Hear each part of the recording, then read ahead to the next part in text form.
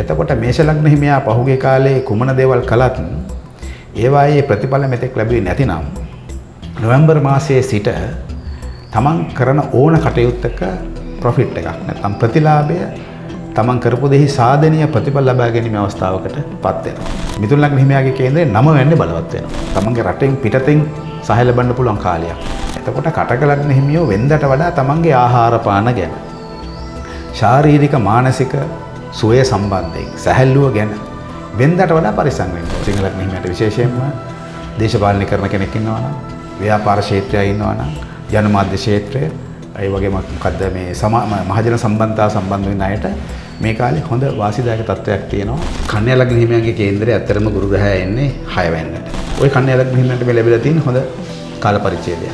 ඒ වගේම දරුවෝ අපේක්ෂාවෙන් ඉන්නවා නම් යුග ජීවිතයට ඇතුළත් වෙලා දරුවෝ හදන්න බලාගෙන හිටියා නම් මේ තුලා ලග්න හිමියන්ට ඔන්න මේක හොඳ කාලයක්. ඒතර වෘශ්චික ලග්න හිමියන්ට කාලයකට පස්සේ ගුරු ග්‍රහයා සාධාරණයක් යුක්තියක් ඉෂ්ට කරගන්න තමයි 4 වෙනි බලවත් වෙමින් ගමන් කරන්නේ නොවැම්බර් මාසයේ සිට.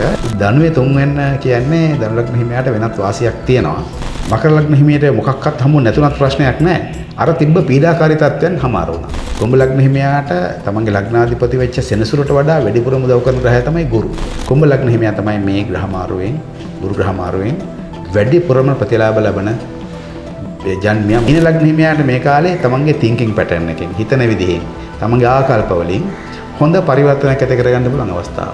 අනාගතයේ කොහොමද වෙන්නා වූ මේ තත්ත්වයන් කියන එක තමයි පැහැදිලි කරගන්නේ. මේක මම කියන්නේ මේක සතුටේ විද්‍යාව. ඔය කිසිම ග්‍රහයක් තුල දේවත්වයක් නැහැ. උදේ ඉඳන් හැන්දෑව වෙනකම්ම බ්‍රහස්පති ග්‍රහයට වැන්දට බ්‍රහස්පතිගෙන් පිටක් ලැබෙන්නෙත් නැහැ. අපි මේ ග්‍රහයෝ ඔළුවට දාගන්න හැටියට තමයි වැඩේ සිද්ධ වෙන්නේ. ඒවා මොහොතින් මොහොත වෙනස් වෙනවා. වෙනස් වෙන ආකාරයේ මන බලින මීටර හැටියට. උණගත්ත ලෙඩා උණ කටුවට බය වුණාගේ වැඩක් නෙවෙන්නේ. දැන් මේක වැඩේ තියෙන උණ කටුව හින්දා උණ හැදෙනවා කියලා හිතාගන්න එක වැරදිනේ. ඉතින් ජ්‍යොතිෂයේ බය වෙන්න හොඳ නැහැ. වෙනස් කරගන්න බැහැයි කියලා කොටාසයක් තියෙන ඉතාම සුළු ප්‍රමාණයක්. ලෝකයේ අග්‍රගන්නේ සංගීතඥයෝ ඉඳලා නැත් දැස්පෙන්නේ නැති. ඒ වගේ වෙනස් කරන්න බැහැයි කියලා දෙයක් නැහැ. සියලුම බලපෑම් වෙනස් කරගත හැකියි. මුළු විශ්වයත් සියල්ල හැදිලා තියෙන ශක්තිය සහ පදාර්ථය කියන දෙකේ සංයෝගයක. ඈත අනන්ත කෙලවරක තියෙන අංශුවක සිදුවෙන වෙනස අනික් අන්තයට එක දැනෙනවා. මුළු සමස්ත විශ්වයම එකම ශක්ති සංකලනයක්.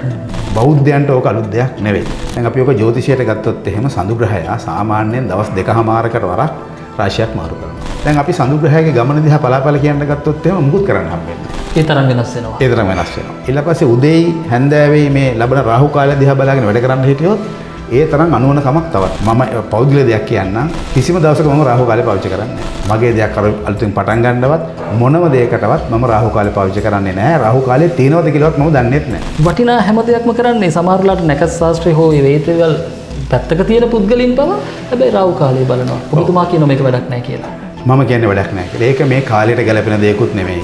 රාහු කාලේ වැදගත් වෙනවා නිශ්චිත කාරණා කීපයක් සඳහා පමණයි.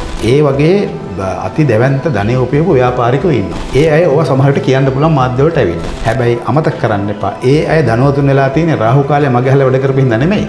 ව්‍යාපාරික ඥාණයෙන් වැඩ කරපු හින්දා. ඒ වගේ සම්පූර්ණම අපි ගොම්පාට් එකක් නෙමෙයි ගන්න. රජයේ සේවකයෝ රාහු කාලේ වැඩ අතහැරුවොත් මොකක් වෙනවද?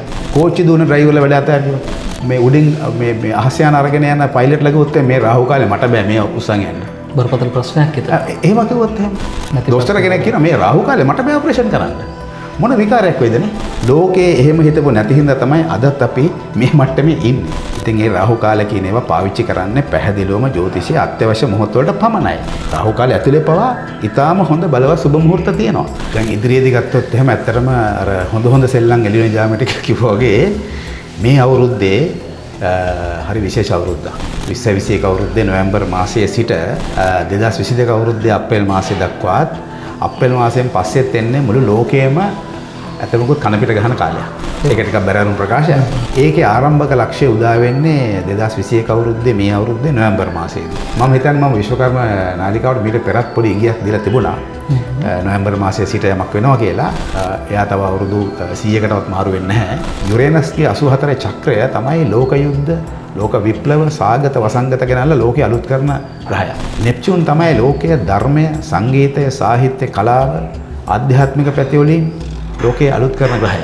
පුදුමේ කියන්නේ දැන් මේ ග්‍රහය දෙන්නම එක එක ළඟ මාරු වෙනවා. Tamanට ඉන්න පුළුවන් හොඳම ස්ථානයට එනවා ලබන අවුරුද්දේ. 2022 අප්‍රේල් මාසයේ 7 වෙනිදා සිට 30 වෙනිදා දක්වා වූ කෙටි කාලයක් තුලදී ප්‍රබල ග්‍රහමාරු 9ක් සිදු වෙනවා කෙටි කාලයක. ඒක විශේෂ කාලයක්. විශේෂ අවස්ථාවක් ලෝකයට, ලංකාවට, පුද්ගලයන්ට ආරම්භක සංඥාව තමයි 2021 නොවැම්බර් මාසයේ සිට ලෝකෙට දකින්න ලැබෙන්නේ. මම මේ කියන දේ වළංගු වෙන්නේ හරියටම නොවැම්බර් මාසයේ සිටයි හැබැයි.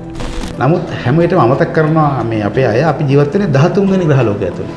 ඒතර මේ පොළොවෙන් අපිට මොනවද එන්නේ? අපට පරිසරය සියලුම ග්‍රහයන්ගේ පණිවිඩ වලට වඩා වැඩි පණිවිඩයක් දෙන ඕනම කෙනෙකුට. බිත්ති කඩාගෙන උළුව මාරු කරගෙන පඩිපෙල් වෙනස් කරගෙන එපා. පිරිසිදුව නිර්වුල්ව තියාගන්න තරමට ඒ ගෙදර ශක්තිය හොඳට සංසරණය වෙනවා. අපිට ග්‍රහයන්ගෙන් පෙනෙන දේවල් පහසුවෙන් හදාගන්න පුළුවන්. අபிසම්විධාන පිරිත කියවන්න පුළුවන් නම් ඕනම ග්‍රහඵලයක් තියෙන කෙනෙකුට උදේ හා හවස හොඳ ප්‍රතිඵල ලබන්න පුළුවන්. ඒක තමගේ අභ්‍යන්තරය පිරිසිදු කිරීම. කතෝලිකයෙක් වුණත්, මුස්ලිම් ආගමිකයෙක් වුණත්, ඉස්ලාම් ආගමිකයෙක් වුණත් මොන ආගම ඇදහුවත් ඒකේ අපි ගන්න ශබ්ද තරංග තියෙන දේ ඕනම කෙනෙකුට කිරීමෙන් ඒකේ ප්‍රතිඵල ලබන්න පුළුවන්. දෙයක් කියුණා නම් අபிසම්විධාන පිට පාවිච්චි කරගන්න පොදුවේ ඕන කෙනෙකුට හොඳයි.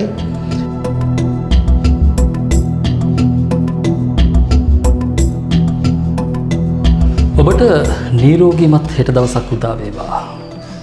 හැමදාමත් අපේ ප්‍රාර්ථනාව උනේ ඔබට යහපතක් උදා කරන එකම තමයි. හැබැයි අපි මේ කතා කරමින් එන කරුණු කාරණා ඔබ නිවැරදිව දකිනවද? මේ දේවල් ඔබ කොහොමද කියවා ගන්නේ කියන කාරණයත් හරි වැදගත්. කෙසේ හෝ වේවා මේ වෙනකොට රට තුල පමණක් නෙවෙයි මේ පෘථිවි තලයේ තුලද මේ විශ්වයේ තුලද සුවිශේෂී වෙනස්කම් රසක් සිදුවමින් යනවා. යම් කිසි විදියකට මේ යුග මාරුවක්ද මොකක්ද මේ යම් තලවල මාරුවක්ද කෙසේ හෝ වේවා මේ කොහෙටද මේ තල්වීමෙන් යන්නේ කියන කාරණේ අපි තා පරිස්සමෙන් කියවා ගත යුතුයි. ජ්‍යොතිර්වේදය කියන්නේත් මෙහෙම තැනකදී බොහොම වටිනා කියන විෂයක් අපිට මේ යම් කිසි විදියකට මේ මඟ පෙන්වීම නිවැරදිව කරගන්නට බොහොමත්ම වටිනවා. අද සාකච්ඡාව විශ්වකර්ම YouTube නාලිකාව තුල විතරක් නෙවෙයි රට තුලද ලෝකෙ තුල බොහෝ කතා බහට ලක් වුණ මේ ජ්‍යොතිර්වේදයේ මහා දැවැන්තයෙක් එක තමයි අපි කතා කරන්නේ. එතුමා අපිට බොහොම සමීප කෙනෙක්. එතුමත් එක්ක අපි මේ විසඳා ගන්නට යන අනාගතයේ කොහොමද වෙන්නා වූ මේ තත්ත්වයන් කියන එක තමයි පැහැදිලි කරගන්නේ. අපිත් එක්ක ඉන්නවා ටොලමියානු ජ්‍යොතිර්වේදී KCG රත්නායක මහත්මයා. බොහෝම ගෞරවයෙන් පිළිගන්නවා ඔබතුමන්ව. අයබෝවන්. KCG මහත්මයා මේ අපි යම් විදියකට ගත්තට පස්සේ ඔබතුමන් මේ මට පැහැදිලි කරගන්න අවශ්‍යයි කියලා හිතුණා මේ අපේ කාරණාවට යන්න කලින් අපි මේ පැහැදිලි කරන එක ඇතුලේ මේ අපි ලග්න පලාපල හෝ වේවා මේ අනාගත වාක්‍ය මේ බොහෝ දේවල් අපි සමාජයට යම් විදියකට මඟ පෙන්වීමක් විදියට කරාට ගොඩක් දෙනෙක් මේක මේ කියවීම ඍණාත්මකව ගන්න අවස්ථාද අපි දැකලා තියෙනවා. යම් කිසි විදියකට දැන් අපි මේ කියන්න යන කාරණාව ඇතුලේ කෙනෙකුගේ ලග්නයට තියෙනා වූ අසුබ ප්‍රතිඵල ටිකක් ගැන කතා කරොත් ඒක වැරදි විදියකට ගන්න අවස්ථා ඕනෑතරම් දැකලා තින ඔබතුමා මේක පැහැදිලි කරලා තියෙනවා ඇතිතරම්. ඒක ධනාත්මකව කොහොමද කියවා ගන්නේ කියන එකත් නිවැරදිව කියවා ගන්න එකත් පොඩ්ඩක් පැහැදිලි කරොත් හොඳයි කියලා හිතුණා. බොහොම හොඳයි. මම හිතන්නේ මේ ඔබ හොඳම තැනකින් පටන් ගත්තේ. මම හිතන්නේ මගේ තැනින් ඔබ පටන් ගත්තා කියලා මට හිතෙන්නේ. මම ජ්‍යොතිෂය පෞද්ගලිකව පාවිච්චි කරන්නේ තවත් කෙනෙක් වෙනුවෙන් ඒක ආදේශ කරන්නේ එකම එක සිද්ධාන්තයක් මත. මොකද්ද මේක මම කියන්නේ? මේක සතුටේ විද්‍යාව. ඒ කියන්නේ කෙනෙකුට සතුටටපත් කරන්න, සහනයටපත් කරන්න, පහසුවටපත් කිරීමේ විද්‍යාව.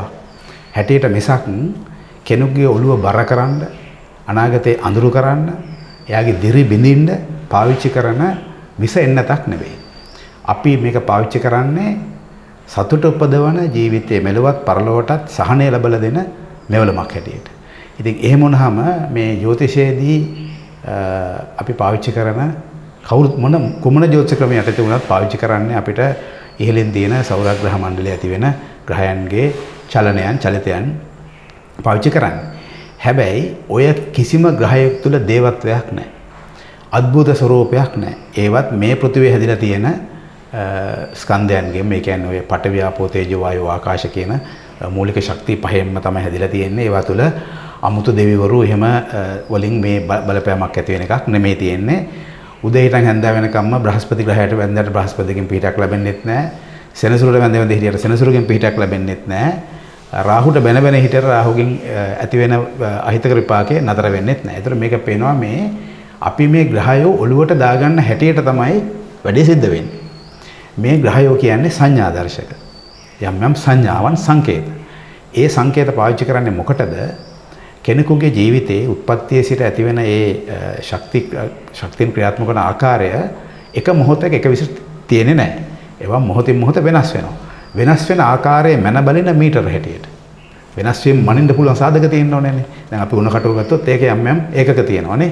ඒ වගේ මේකෙත් කොයිතරම් ප්‍රමාණයකට මේක වෙනස් වෙලා තියෙනවද? වෙනස් වීම කොච්චරද? ඒ වෙනස් වීම හිත කරද අහිත කරද? අහිත කරන එක වෙනස් කරගන්නේ කොහොමද? ඒ වගේ මන බැලීමක් තමයි අපි ජ්‍යොතිෂයේදී කරන්නේ. එතකොට අපි උණගත්ත ලෙඩා උණ කටුවට බය වුණාගේ වැඩක් නෙවෙන්නේ. හරි.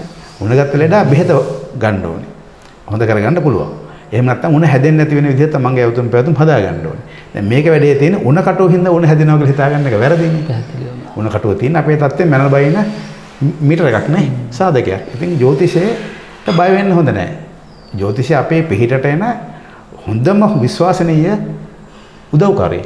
හොඳ මඟ පෙන්වීමක්. හොඳ මඟ පෙන්වන්නේ. ආධ්‍යාත්මික වශයෙන්ොත්, කායික වශයෙන්ොත්, ආර්ථික වශයෙන්ොත් සෑම සිල්වංශයකින්ම අපිට පේන්නේ නැති දේවල් බලන්න පුළුවන් මීටර එකක් හැටියට. නැත්නම් සංඥා දර්ශක හැටියට තමයි තියෙන්නේ. ඒකෙන්ද අර උණ ලෙඩ උණ කටුවට බය වෙනවා වගේ හරි මතභේදාත්මක තත්ත්වයන්ට යනවා සමහරක් අය. ඉතින් ඒක පදනම් බෙරෙහිත. ඔබ හොඳ නගින් පටගත්තේ මේකට බය වෙන විශයක් නෙමෙයි. මේක පාවිච්චි කරගන්න ඕනේ. හැකි තාක් මේක එහෙට මෙහෙට පෙරලලා විවේචනය කරලා ඒවා තැන් වලට විච්ඡේදනය කරලා විමර්ශනය කරලා පාවිච්චි කරන්න ඕන එකක්. සාමාන්‍ය උණ හැදිච්ච ලෙඩ උණ කටුවට වඳින්නේ නැහැ නේ. ඒ වගේම ග්‍රහයන්ට වැඳලා බෑ. ඒක අපි පාවිච්චි කරනවා. මොකද්ද වෙලා තියෙන්නේ කියලා මනින්න.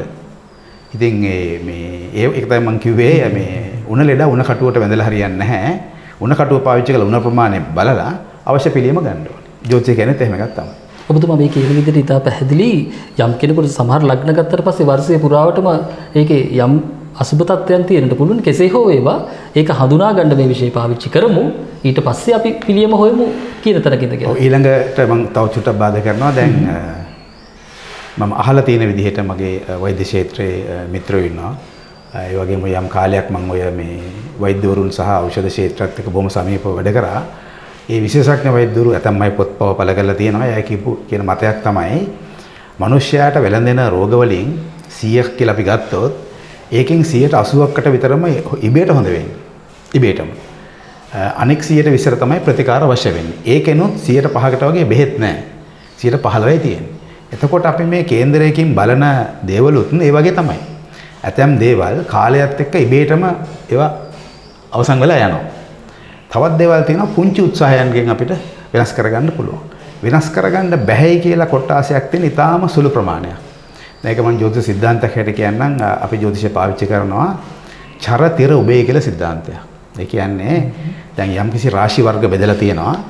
ඒ ඇතම් රාශියක තියෙන වේගය, චලන වේගය බොහොම වැඩි. ඒ ස්ථානයක හටගන්නා වූ දෝෂය ඊටාම ඉක්මනින් ක්‍රියාත්මක වෙලා ඊටාම ඉක්මනින් ඒවායේ බලපෑම අවසන් වෙලා යනවා. තවත් රාශි වර්ගයක් අපි කියන උබේ රාශි කියලා. ඒවායේ බලපෑම හැමෙහිට හට ගන්නවා ටික කාලයක් පැවතිලා ඒවා අවසන් වෙලා යනවා. තවත් රාශි වර්ගයක් අපි ඒවට කියනවා තිර රාශි කියලා. තිර රාශි කියන්නේ ස්ථිර මට්ටමේ තියෙන. ඒවායේ දේවල් බොහොම ඝනට පිහිටනවා. ටිකක් තදට පිහිටනවා. ඒවා ඇතැම් මේවා වෙනස් කරන්න බෑ. දැන් උදාහරණයකට අපි ගත්තොත් කෙනෙක් මේ උදාහරණෙච්චර හොඳ නැති වෙන්න පුළුවන්. යම් කිසි කෙනෙක් උත්පත්තිය ලැබුවොත් ඇස් දෙකම පේන්නේ නැතිව ඒක තිර රාශියකින් උපන්න දැකලා උපකල්පනය කළොත් එයාට පෙනීම නැති වෙන්න පුළුවන්. පෙනීම නැති වුණාට ජීවිතේ නැති වෙලා නැහැනේ. එතකොට එයා ඇස් දෙක වෙනුවට කම් පාවිච්චි කරනවා. නේ? නැත්තම් නාසය පාවිච්චි කරනවා. පාවිච්චි කළා ඒ සංවේදනය අරගෙන ඒ දේවල් කරනවා. ලෝකයේ අග්‍රගන්නේ සංගීතඥයෝ ඉඳලා නැද්ද? ඇස් පේන්නේ නැති. ඒ වගේ ඒ අර්ථයෙන් ගත්තොත් වෙනස් කරන්න බැහැ කියලා දෙයක් නැහැ. ඇතැම් දේවල් වෙනස් කළ හැකියි. වෙනස් කරන්න බැරි දේ අපි ඊට අනුගත වෙන්න ඕනේ. අනුගත වුණාම මේකෙන් ඇති වෙන බලපෑම අපිට අවම කරගන්න පුළුවන්. එහෙම ගත්තොත් ප්‍රින්සිපල් එකක් හැටියට, නියමයක් හැටියට, සිද්ධාන්තයක් හැටියට ගත්තොත් ජ්‍යොතිෂයේ ඇති වෙන සියලුම බලපෑම් වෙනස් කරගත හැකියි. ඉතා පැහැදිලි. මේ දේවල් අපිට අවශ්‍ය වෙන්නේ සමාජයට මේ ප්‍රශ්නාර්ථ මතු කරනවා වෙනුවට ප්‍රශ්න වලට තවත් ප්‍රශ්නයක් මතු කරනවා වෙනුවට ඒ ප්‍රශ්නෙට පිළිතුරක් සපයන්න. සමාජයේ යම් තැනක අතරමං වෙලා මහා අඳුරේ අතපත ගන්න යුගයක අපි මේ දේවල් කතා කරන්නේ. අපි එහෙම කියන හේතුව තමයි සමහර තැන්වල විවිධ මේ විෂය පරිශීලනය කරන පුද්ගලයින්ද විශේෂයෙන් යම් සමාජයට මේ වටිනාකම් අරන් ඉන්න පුද්ගලයින්ද එකම කාරණාවට විවිධ මත ඉදිරිපත් වෙන යුගයක් මේක. කිසිමත්ම එතකොට තව දෙයක් තමයි අපි අද මාතෘකාවට එනකොට අපි යම් විදියකට ගත්තට පස්සේ මේ විවිධ වෙනස් වීම් මේ විශ්වය තුලද වෙමින් පවතිනවනේ මේ වෙනකොට. එතකොට මේ ග්‍රහ මාරුද මේ තත්වයන් නිරන්තරයෙන් වෙමින් පවතිනවා. එතකොට අපිට වඩාත් වැදගත් වෙන්නේ කෝකද කියලා අපි කොහොමද තෝරගන්නේ කියන එක. මේක මේ සමාජ මාධ්‍ය ජාලාවල අපි දකින ඕනෑ තරම් මේ පුංචි දෙයකට පවා අර වෙනම මාතෘකාවක් හදාගෙන මේක වෙන තැනකට අරගෙන යන එක. ඔබතුමා ඉතින් හොඳින් මේව පැහැදිලි කරනවා. මේ මොහොතේ අපි කතා කරන කාරණාවටත් ගැලපෙන හින්දා වැදගත්ම වෙන ග්‍රහමාරු කොහොමද මේක නිවැරදිව අපි කියවා ගන්න? ඔව් ඒක හොඳ ප්‍රශ්නයක්. දැන් අපි මනුෂ්‍ය ශරීරයේ හුස්ම ගන්නා වාරයක් පාසාම අපේ ශරීරය එක්තරා මැරිච්ච කොටසක් ඉවත් වෙනවා, අලුත් කොටසක් ලියලනවා. අපි මැරෙමින් උපදින කොටස්. ඒ වගේ තමයි ග්‍රහයන්ගෙන් ඇති වෙන ඒ ශක්තිය වෙනස් වීම. ග්‍රහය වෙන මේ ශක්තිය හැම විටම වෙනස් වෙනවා. වෙනස් වෙනවා. මුළු විශ්වයත් සියල්ල හැදිලා තියෙන ශක්තිය සහ පදාර්ථය කියන දෙකේ සංයෝගයකින්. ශක්තිය පදාර්ථය. දැන් උදාහරණයකට ගත්තොත් එහෙම මගේ ඔබට මේ පිටට පේන ඝන ශරීරය ඒක පදාර්ථනේ. අපේ සම, සෛල, මාංශ, රුධිර මේ ඔක්කොම අපිට පේනවා ඒවා පදාර්ථ. හැබැයි පේන්නේ නැතුව අපිව ක්‍රියාත්මක වෙනවනේ. දැන් මගේ ඇඟේ යම් කිසි උණුසුම් ප්‍රමාණයක් තියෙනවා, උෂ්ණත්වයක් තියෙනවානේ. ඒක ශක්තියක් හැටියට පේන්නේ. ඒතර මට රූපයක් පේනවා. රූපේ පේන්නේ මට ආලෝකය නිසා. ආලෝක කියන්නේ ශක්තිය. එතකොට විශ්වයත් පුද්ගලයාත් සියලු ජීවිනුත් පවතින්නේ පදාර්ථයයි ශක්තිය අතර තියෙන සංයෝජනයක් නිසා. එතකොට මේ පදාර්ථය සහ සංයෝජන අතරේ වෙනස මිලී තප්පරයක් ගානේ වෙනස් වෙන එක මනින්න බැරි තරම් අධි වේගයෙන් වෙනස් වෙනවා. ඒ වගේම විශ්වයේ එක කෙලවරක ඈත අනන්ත කෙලවරක තියෙන අංශුවක සිදුවෙන වෙනස අනික් අන්තයට එක දැනෙනවා. ඒහා සැනින් මේක බලපෑමක් ඇති. ඒ කියන්නේ මොකද්ද මේ විශ්වය කියන්නේ එකම ඒකකයක්. එහි එක්තැනක සිදුවෙන වෙනසක් ඊළඟ තැනට ඉඳුරාම බලපානවා. එතකොට අපිට පේනවා මේවා අන්තර් සම්බන්ධ තියෙනවා, අන්තර් ප්‍රතික්‍රියා තියෙනවා. මුළු සමස්ත විශ්වයම එකම ශක්ති සංකලනයක්. එකම ශක්ති ගුලියක්. එතකොට විශ්වය වෙනස් වෙනකොට අපිත් වෙනස් වෙනවා. අපි ඒ වෙනස් වීම කියන එක පැහැදිලි. මම හිතන්නේ ඒක ඊටාම ගැඹුරින් විග්‍රහ කරලා තියෙන්නේ. ඒක ටිකක් දිග මාතෘකාවක් මම හිතන්නේ මේ බෞද්ධයන්ට ඕක අලුත් දෙයක් නෙවෙයි. දහම තුල ඉතා පැහැදිලිව බොහොම පැහැදිලිව කියනවා. ඉතින් මේ හැම වෙනස් වීමක් එක්කම අපි එහෙම අවධානය යොමු කරන්න ඕනේ නැද? එහෙම අවශ්‍ය නැහැ. එහෙම වුණොත් අපිට මුකුත් කරගන්න බෑ. ඒ වෙනස් වීමෙන් යනවා. වෙනස් වීම සඳහා අපි අවධානය යොමු කරන්න ඕනේ දිගු කාලයක් බලපාන වෙනස් වීම සඳහා. දැන් අපි ඔක ජ්‍යොතිෂයට ගත්තොත් එහෙම සඳු ග්‍රහය සාමාන්‍යයෙන් දවස් 2කමාරකට වරක් රාශියක් මාරු කරනවා. එතකොට ඒ දවස් 2කමාරෙන් 2කමාරට මාරු කරනකොට සඳු ග්‍රහය ඒ රාශි චක්‍රය වටා යනකොට ඇතම් දවස් කෙනෙකුට ටිකක් නරක වෙන්න පුළුවන්. ඇතම් දවසක් කෙනෙකුට හොඳ වෙන්න පුළුවන්. හැබැයි තනි ග්‍රහයකින් මේක වෙනවත් නෙමෙයි, අනිත් ග්‍රහයත් එකතු වෙන්න ඕනේ. දැන් අපි සඳු ග්‍රහයේ ගමන දිහා පලාපල කියන්න ගත්තොත් එහෙම මුකුත් කරන්න හම්බෙන්නේ නැහැ. ඒ තරම් වෙනස් වෙනවා. ඒ තරම් වෙනස් වෙනවා. ඊට පස්සේ උදේයි හැන්දෑවේ මේ ලබන රාහු කාලය දිහා බලාගෙන වැඩ කරන්න හිටියොත් ඒ තරම් අනුවන කමක් තවත් නැහැ. මම හිතන්නේ මම විශ්වකර්ම YouTube channel එකෙන් තමයි වැඩිපුරම මත සමාජගත කරලා තියෙන්නේ. මම පෞද්ගලික දෙයක් කියන්නම්. මම ජ්‍යොතිෂවේදියෙක්, ජ්‍යොතිෂ ඉගෙන ගන්න කෙනෙක්. කිසිම දවසක මම රාහු කාලය පාවිච්චි කරන්නේ නැහැ. මගේ වැඩවලට ගමනක් යන්නවත්, කේන්දරයක් බලන්නවත්, කේන්දරයක් හදන්නවත්, මගේ දෙයක් අලුතින් පටන් ගන්නවත් මොනම දෙයකටවත් මම රාහු කාලේ පාවිච්චි කරන්නේ නැහැ. රාහු කාලේ තියෙනවද කියලාවත් මම දන්නේත් නැහැ. ඔබතුමා එහෙම කියනවා. පැහැදිලිවම 90ක් විතර දෙනා මට හිතන විදිහට අපි දන්න විවිධ වෘත්තිකයන් වේවා විවිධ සමාජයේ අපි ඇසුරු කරන බොහෝ පිරිස් ගත්තට පස්සේ ඔවුන් මේ වටිනා හැම දෙයක්ම කරන්නේ සමහරලාට නැකත් ශාස්ත්‍රයේ හෝ වේතේවල් පැත්තක තියෙන පුද්ගලින් පව හැබැයි රාහු කාලේ බලනවා. ඔබතුමා කියනවා මේක වැඩක් නැහැ කියලා. මම කියන්නේ වැඩක් නැහැ කියලා. ඒක මේ කාලයට ගැලපෙන දෙයක්ුත් නෙමෙයි. යුගයට ගැලපෙන දෙයක්ුත් නෙමෙයි. රාහු කාලයේ වැදගත් වෙනවා නිශ්චිත කාරණා කීපයක් සඳහා පමණක්. අපි හිතමු කෙනෙක් දරුවෙකුට අකුරු කියවන සුබ මොහොතක් හොයනවා. ඒ මොහොතේ අපි රාහු කාලේ අතහරිනවා. සම්ප්‍රදායක් හැටියටත් ඒකේ ජ්‍යොතිෂ නියමයක් තියෙනවා. ගයක් හදාගන්න අතිවාරමක් දාන්න යමක් දෙයකට පාවිච්චියට ගන්නවා. එතකොට අපි රාහු කාලේ අතහරිනවා නැකත් හැදීමේ කොන්දේසියක් හැටියට. ඒ වගේම අපි කෙනෙක් එක්ක මේ යුග ජීවිතයට ඇතුළත් වීමේ අවස්ථාව අපි සාමාන්‍ය රාහු කාලේ මග හරිනවා. එහෙම නැත්නම් උදේ ගෙදරින් පිටත් වෙන්න. හරි. ගෙදරට එන්න ගමනක් යනකොට දැන් ගමනක් යන්න කෝච්චියේ තියෙනවා 3ට. රාහු කාලේ ලැබෙනවා 2:45ට. ඒ ට්‍රේන් එක පහු කරලා ඊළඟ යනවා. හරි. ඒ විදිහට මේකේ එක්ස්ට්‍රීම් එන්ඩ් එකකට යනවා. අන්තවාදයකට යනවා. මොකද්ද මේ කරන්නේ? එහෙම යන මිනිස්සුන්ට විශේෂ සැලකිල්ලක් ලැබෙනවද? රාහු කාලේ ගිය මිනිස්සුන්ට විශේෂ පීඩාවක් වෙලා තියෙනවද? මේවා පැරණි යුගයේ වගේ නෙමෙයි අද පරිශා කරලා බලන්න පුළුවන්. හරි. එතකොට මේ ඇතැම් පුද්ගලයෝ තමන්ගේ පෞද්ගලික විශ්වාසයන් අතිශය පෞද්ගලික විශ්වාසයන් සමාජගත කරනවා. මම නම් රාහු කාලේදී ටෙලිෆෝන් කෝල් එකක් ආන්සර් කරන්නේ නැහැ. මම නම් රාහු කාලේදී කිසිම දෙයක් චෙක් එකක්වත් අස්සම් කරන්නේ නැහැ. එහෙම ඒ වගේ අති දැවැන්ත ධනෙ උපයෝග ව්‍යාපාරිකයෝ ඉන්නවා. ඒ අය ඕවා සමහරට කියන්න පුළුවන් මාධ්‍ය වලට ඇවිල්ලා. හැබැයි අමතක කරන්න එපා. ඒ අය ධනවතුන් වෙලා තියෙන්නේ රාහු කාලේ මගේ හැල වැඩ කරපෙහින්ද නෙමෙයි. ව්‍යාපාරික ඥාණයෙන් වැඩ කරපෙහින්ද. ඕක දිහා බලන් ඉඳලා වැරදි පොයින්ට් එකක් ගත්තොත් කෙනෙක් හිතයි අරයා කෝටිපතියෙක් වෙලා තියෙන්නේ රාහු කාලේ මගේ කරපෙහින්ද කියලා. ඒ වගේ සම්පූර්ණම අපි ගොම්පාට් එකක් නෙමෙයි ගන්නෙ. අර බුදුන් වහන්සේ කිව්වා වගේම ධර්මයේ හරිතෙන් අල්ලගත්ත නෑ වගේ වැඩක් නෙවෙන්නේ. ඒතර මේ පුද්ගලයන් ගන්න තියෙන රාහු කාලේ මගේ හරියන්නේ නෙමෙයි. එයා ධනවතෙක් උනේ කොහමද? එයා ධනවතෙක් උන එකම සාධකේ රාහු කාලය අතහැරෙන්න නෙමෙයි. ඒක එයාගේ විශ්වාසය. ඒක පොදු එකක් හැට ගන්න බෑ. ඉතින් දැන් බලන්නකො උදේට පැයකමාරයි. දවසකට. හැන්දෑවට පැයකමාරයි. පැය 3ක් දවසකට රාහු කාලට අතරින්න ඕනේ. වැඩ කරන පැය ගන්න කීයද? පැය 8යි. පැය 8යි. රජයේ සේවකයෝ රාහු කාලේ වැඩ අතහැරුවොත් මොකක් වෙනවද? කෝච්චි දුවන ඩ්‍රයිවර්ලා වැඩ අතහැරියොත් මේ උඩින් මේ අහස යන අරගෙන යන පයිලට්ලා කිව්වොත් මේ රාහු කාලේ මට බෑ මේ උස්සන් යන්න. බරපතල ප්‍රශ්නයක් හිතන්න. එහෙම කිව්වොත් එහෙම. දැන් නවක පදවන යාත්‍රිකයෙක් කියනවා මේ මං රාහු කාලේ පන්නකම් බෑ මම මොහොතේ මෙතන නැංගුරම් දානවා. ඔය පැයකමාර ඉන්නවා. මොකද්ද වෙන්නේ? දොස්තර කෙනෙක් කියනවා මේ රාහු කාලේ මට බෑ ඔපරේෂන් කරන්න. මොන විකාරයක් වෙයිද නේ? එහෙම හිතන්නකෝ මේක ප්‍රැක්ටිකල් දෙයක් හිතන්නකෝ. ලෝකේ එහෙම හිතපො නැති හින්දා තමයි අදත් අපි මේ මට්ටමේ ඉන්නේ. ඉතින් ඒ රාහු කාලේ කියන ඒවා පාවිච්චි කරන්නේ පැහැදිලිවම ජ්‍යොතිෂයේ අත්‍යවශ්‍ය මොහොත වලට පමණයි. මේක මේ එදිනෙදා ජීවිතයට අරගැනීම නම් අන්තිම වැරදි වැඩක්.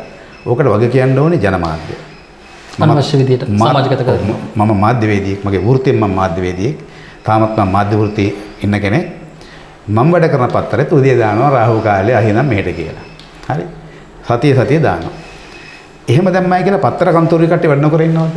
මැෂින් වැඩ කරන්නේ නැද්ද අපේ? අපිම දාන පත්තරේ උඩින් රාහු කාලේකට අපේ පත්තරේ print එකට යන්නේ නැද්ද? අපි ලියන්නේ නැද්ද? අපි වැඩ කරනවා. අනිත් අයට කියනවා රාහු කාලේ දිනනවා කියලා. ඉතින් ඒ වගේ ඔය වගේ මේවා අන්තවාදීව ගත්තාම ඒකයි මම කිව්වේ අන්න ජ්‍යොතිෂයා Tamanට ආලෝකයක් කරගෙන නැහැ. තිරංගයක් කරගෙන ජීවිතේ වැඩ නතර කරන්න, නොකර ඉන්න, වැඩ පැහැර හරින්න. ඉතින් මේවා ගැළපෙන දේවල් නෙමෙයි. විචාර බුද්ධියකින් බලන්න ඕනේ. රාහු කාලේ ඇතුලේ පවා. රාහු කාලේ ඇතුලේ පවා ඊටාම හොඳ බලවත් සුබ මුහූර්ත තියෙනවා. ඒ වගේම රාහු කාලය තුල විශේෂම කරන්න ඕන වැඩ කටයුතු තියෙනවා. ඒවට ගැඹුරු මාතෘකා හින්දා මම සාමාන්‍ය කතා බහකදී කියන්නේ නැහැ. ඉතින් ওই රාහු කාලය සම්බන්ධයෙන් තියෙන මිත්‍යාව නම් මේ සමාජයෙන්ම ඉවත් කළ යුතු මුලින් උපුටා දැමිය යුතු දෙයක් අත්‍යවශ්‍ය මොහොතක පාවිච්චි කරලා කමක් නැහැ. එදිනදා ජීවිතයට නම් ඔක පාවිච්චි කරන්න හොඳ නැහැ. එතුමා ඉතා පැහැදිලිව කිව්ව බොහොම වටින කාරණාවකුත් මතු වුණානේ. දහම වැරදි තැනින් අල්ල ගන්න එපා කෝනේ. සර්පයා වල්ගෙන් අල්ලා ගත්තොත් මොකද වෙන්නේ කියන කාරණාව ඔබට අය නැවත කියන්නට අවශ්‍ය වෙන්නේ නැහැ. සහ අපිට තියෙන ප්‍රශ්නයත් මේ විෂයන් වල තියෙන වටිනාකම ඔබ නිවැරදිව තේරුම් ගන්නේ නැති තැන. එහෙම තැනකින් මේ කතා කරන්නේ. කෙසේ හෝ ඒවා අපි මේ දේවල් ගැන දීර්ඝව කතා කරමු පසුවට. මේ මොහොතේ ගත්තට පස්සේ යම් විදිහකට මේ වෙනස් ස්ක්‍රීන් ටිකක් වෙමින් යනවනේ. අපිට වැදගත් වෙන ග්‍රහමාරු මොනවද මේ ඉදිරියේදී තියෙන? ඉදිරියේදී. ඔව් දැන් ඉදිරියේදී ගත්තොත් එහෙම ඇත්තටම අර හොඳ සෙල්ලම් එළිවෙන ජාමෙට කිව්වා වගේ මේ අවුරුද්දේ හරි විශේෂ අවුරුද්දක්. 2021 අවුරුද්දේ නොවැම්බර් මාසයේ සිට 2022 අවුරුද්දේ අප්‍රේල් මාසය දක්වාත් අප්‍රේල් මාසයෙන් පස්සෙත් එන්නේ මුළු ලෝකයේම ඇතමුකුත් කන පිට ගහන කාලයක්. ඒක ටිකක් බැරෑරුම් ප්‍රකාශයක්. කන පිට ගහනවා කියන්නේ මෙතනින් යන මේ යම් කියන්නේ යම් හදාගත්ත සිස්ටම්ස් තියෙනවානේ. ඒවා බිඳ වැටෙන. මෙතෙක් තිබ්බ සැලසුම් බිඳ වැටෙන. අලුත් සැලසුම් උඩට එන. මෙතෙක් තිබ්බ රටාවන් පිළිවෙල වෙනස් වෙන හරි අමුතුම යුගයක් තමයි උදා වෙන්නේ. ඒකේ ආරම්භක ලක්ෂ්‍යය උදා වෙන්නේ 2021 අවුරුද්දේ මේ අවුරුද්දේ නොවැම්බර් මාසයේදී. මම හිතන්නේ මම විශ්වකර්ම නාලිකාවට මීට පෙරත් පොඩි ඉඟියක් දීලා තිබුණා. නොවැම්බර් මාසයේ සිට යමක් වෙනවා කියලා. යන ඔබ නැවතත් හොඳ ප්‍රශ්නයක්. ඒකෙදි අපිට වැදගත් වෙනවා මේ විශේෂයෙන්ම ගුරු ග්‍රහයාගේ ගමන. සෙනසුරු ග්‍රහයාගේ ගමන. රාහු සහ කේතු කියන ග්‍රහ දෙන්නාගේ ගමන. නෙප්චූන් සහ යුරේනස්ගේ ගමන අතිශය වැදගත්. මොකද ප්ලූටෝගේ ගමන අතිශය වැදගත්. නමුත් දැන් ප්ලූටෝ දැන් ස්ථායි තත්ත්වයේ ඉන්නවා. එයා තව අවුරුදු 100කටවත් මාරු වෙන්නේ නැහැ. නමුත් යුරේනස් ග්‍රහයා සෞර ග්‍රහ මණ්ඩලයේ එක වටයක් සම්පූර්ණ කරන්න අවුරුදු 84ක් යනවා. එතකොට සෙනසු මේ යුරේනස්ගේ 84 චක්‍රය තමයි ලෝක යුද්ධ, ලෝක විප්ලව, සාගත වසංගත ගෙනල්ලා ලෝකෙ අලුත් කරන ග්‍රහයක්.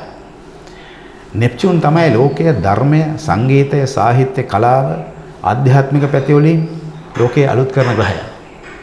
පුදුම කියන්නේ දැන් මේ ග්‍රහය දෙන්නම එක එක ළඟ මාරු වෙනවා. යුරේනස් තමන්ගේ ග්‍රහචාරය මාරු කරන අවුරුදු 116කට වැඩි කාලයක් යනවා. පොඩි කාලයක් නෙමෙයි. එතකොට එක රාශියක යුරේනස් ඉන්නවා අවුරුදු 7ක්. නෙප්චූන්ට තමයි අවුරුදු 116කට වැඩි කාලයක් යන්නේ. එතකොට දැන් අවුරුදු 100කට පස්සේ ඊටත් වැඩි නෙප්චූන් ග්‍රහය තමන්ට ඉන්න පුළුවන් හොඳම ස්ථානයට එනවා ලබන අවුරුද්දේ අප්‍රේල් මාසෙදී. ඒ කියන්නේ මීන රාශියට. දැන් නෙප්චූන් ග්‍රහය පාවිච්චි කරන්නේ නැහැ ඉන්දියානු ජ්‍යොතිෂයේදී. ඒ අය පාවිච්චි කරන්නේ මේ ග්‍රහයෝ 9 දෙනයි. නමුත් බටහිර ජ්‍යොතිෂයේත් විශේෂයෙන්ම ටොලිමියානු ජ්‍යොතිෂයේදී අනිකුත් ග්‍රහයන්ට වඩා වැඩිපුරම මුල් තැනක් දෙන්නේ යුරේනස් සහ නෙප්චූන් කියන ග්‍රහයෝ දෙදෙනාට. ඒ දෙන්නා පැහැදිලි ලෝකයේ අක්ෂ දෙකක් හැටියට නැත්නම් ද්‍රවීකරණ දෙකක් හැටියට.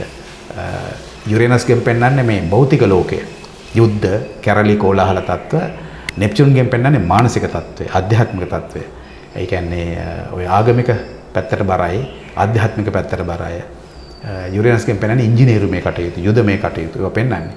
ඉතින් ඒ දෙකත් මේ වෙලාවේ වෙනස් වෙමින් යනවා.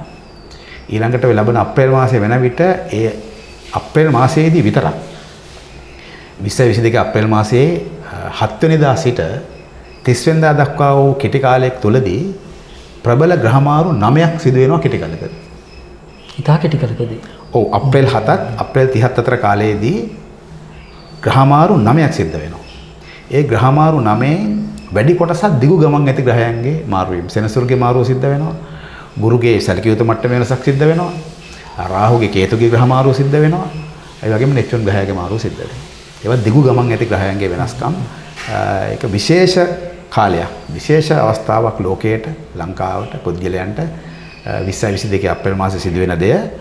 එහි ආරම්භක හැඩතලයේ ආරම්භක සංඥාව තමයි 2021 නොවැම්බර් මාසයේ සිට ලෝකෙට දකින්න ලැබෙන්නේ. ඒක ඉතා පැහැදිලිව ඔබතුමා කියනවා. ඉතා පැහැදිලිව. මේ දේවල් අපි ටිකක් වෙනම විග්‍රහ කරගමු. මේක ලෝකයට කොහොමද බලපාන්නේ රටට කියන එක අපි වෙනම කතා කරනවා.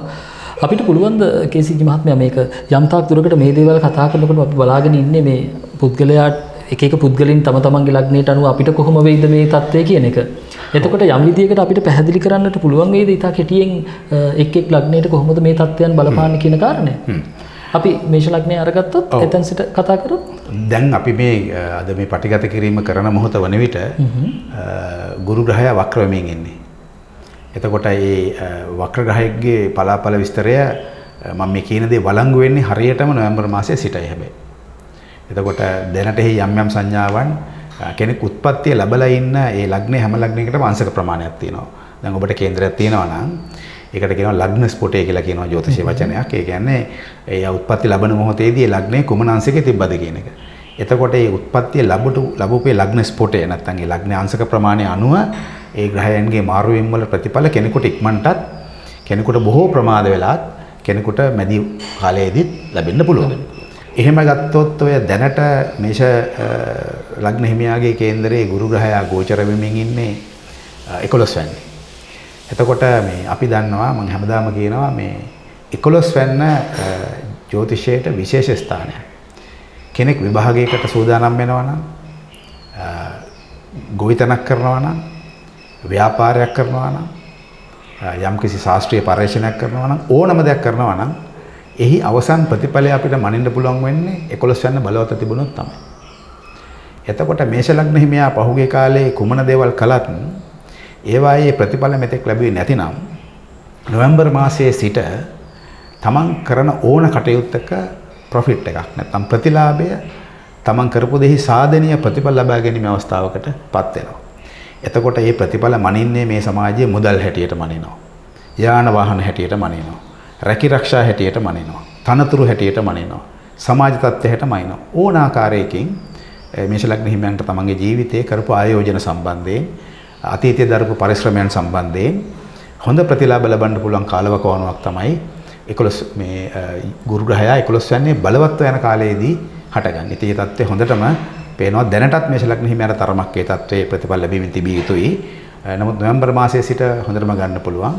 අලුතෙන් යමක් පාටම් ගන්නවා නම් ව්‍යාපාරෙම කටයුතු වලට ওই කාලේ හොඳයි.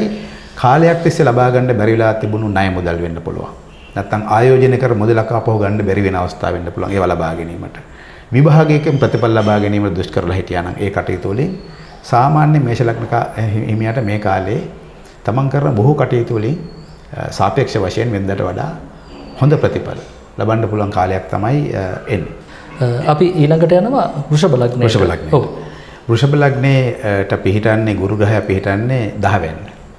10 වෙන්න කියන්නේ ටොලෙමියානු ජ්‍යොතිෂය අනුව අපි විග්‍රහ කරන්නේ බලවත් ස්ථානයක්. ඕනෑම කෙනෙකුගේ කේන්දරයේ 10 කියන්නේ වැඩිපුරම ආලෝකය, ශක්තිය විහිදෙන ස්ථානය. ඒ කියන්නේ දැන් අපි සාමාන්‍යයෙන් කේන්දරයක 4 වෙන්න කියලා කියන්නේ හිතන තැන.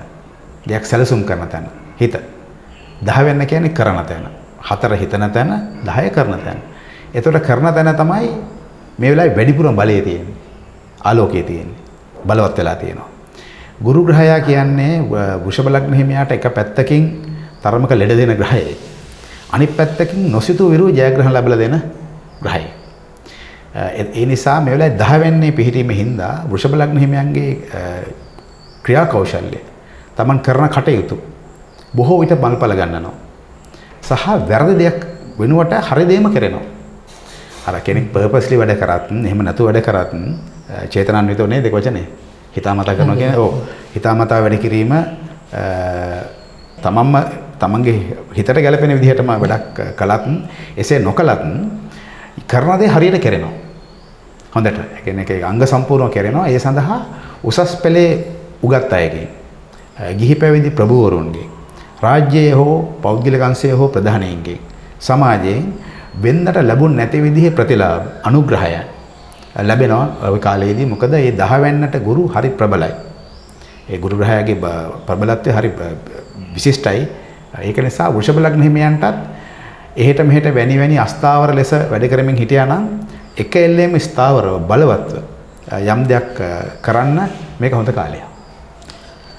අපි ඊළඟට කතා කරන්නේ මිථුන ලග්නය ගැන. ඔව්. මිථුන ලග්න හිමියන්ගේ කේන්දරේ හරි මේ නරක තැන් මට්ටමක තමයි ගුරු ග්‍රහය පසුගිය කාලෙම ගමන් කරේ. මොකද ගමන් කරමින් හිටියේ 8 වෙන්නේ. 8 වෙන්නේ කියන්නේ ගුරු ග්‍රහයට තාම නරකම ස්ථානයක්. ඔය ටොලෙමියානු ජ්‍යොතිෂ සිද්ධාන්තයත් මගේ යලිත් මෙනෙහි කරනවා. මොකද 6 8 කියන ස්ථාන දෙක ගුරුට හරි නරකම ස්ථාන. ඉතින් නරකම ස්ථානයක තමයි හිටියේ. නමුත් දැන් ඔය නොවැම්බර් මාසයේ සිට ගුරු ග්‍රහය හරි ස්ථාවරවම මිථුන ලග්න හිමියාගේ කේන්දරේ 9 වෙන්නේ බලවත් වෙනවා.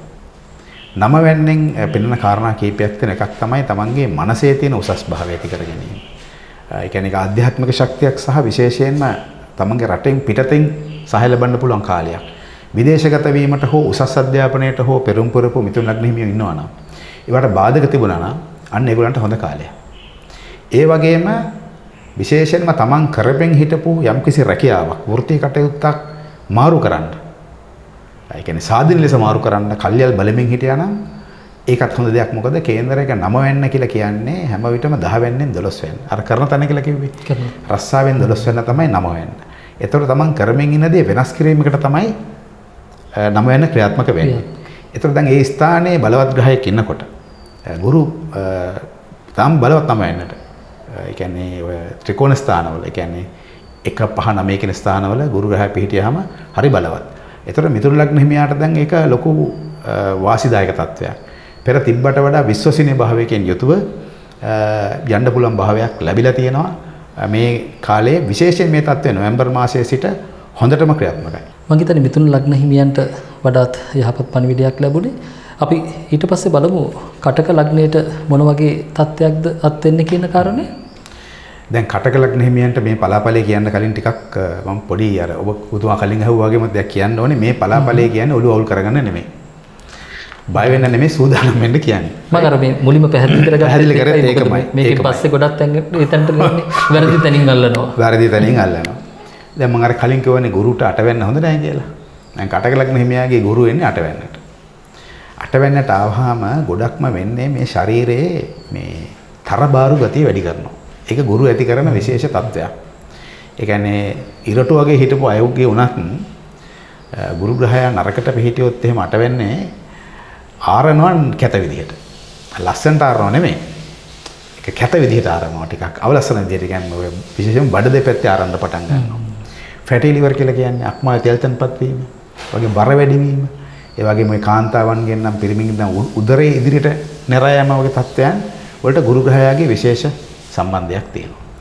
ඒ වගේම ජානගතව පාරම්පරිකව කිසියම් රෝග තත්ත්වයක් තිබුණා නම් ඔය මේද සම්බන්ධව මේදේ අධික වීම සම්බන්ධයෙන් හෝ ශරීරයේ ඔය ඇතම් ඔය මේ සෛල වර්ධනයේ අස්වාභාවික සෛල වර්ධනයටත් ගුරු ග්‍රහය ටිකක් නරකට බලපානවා.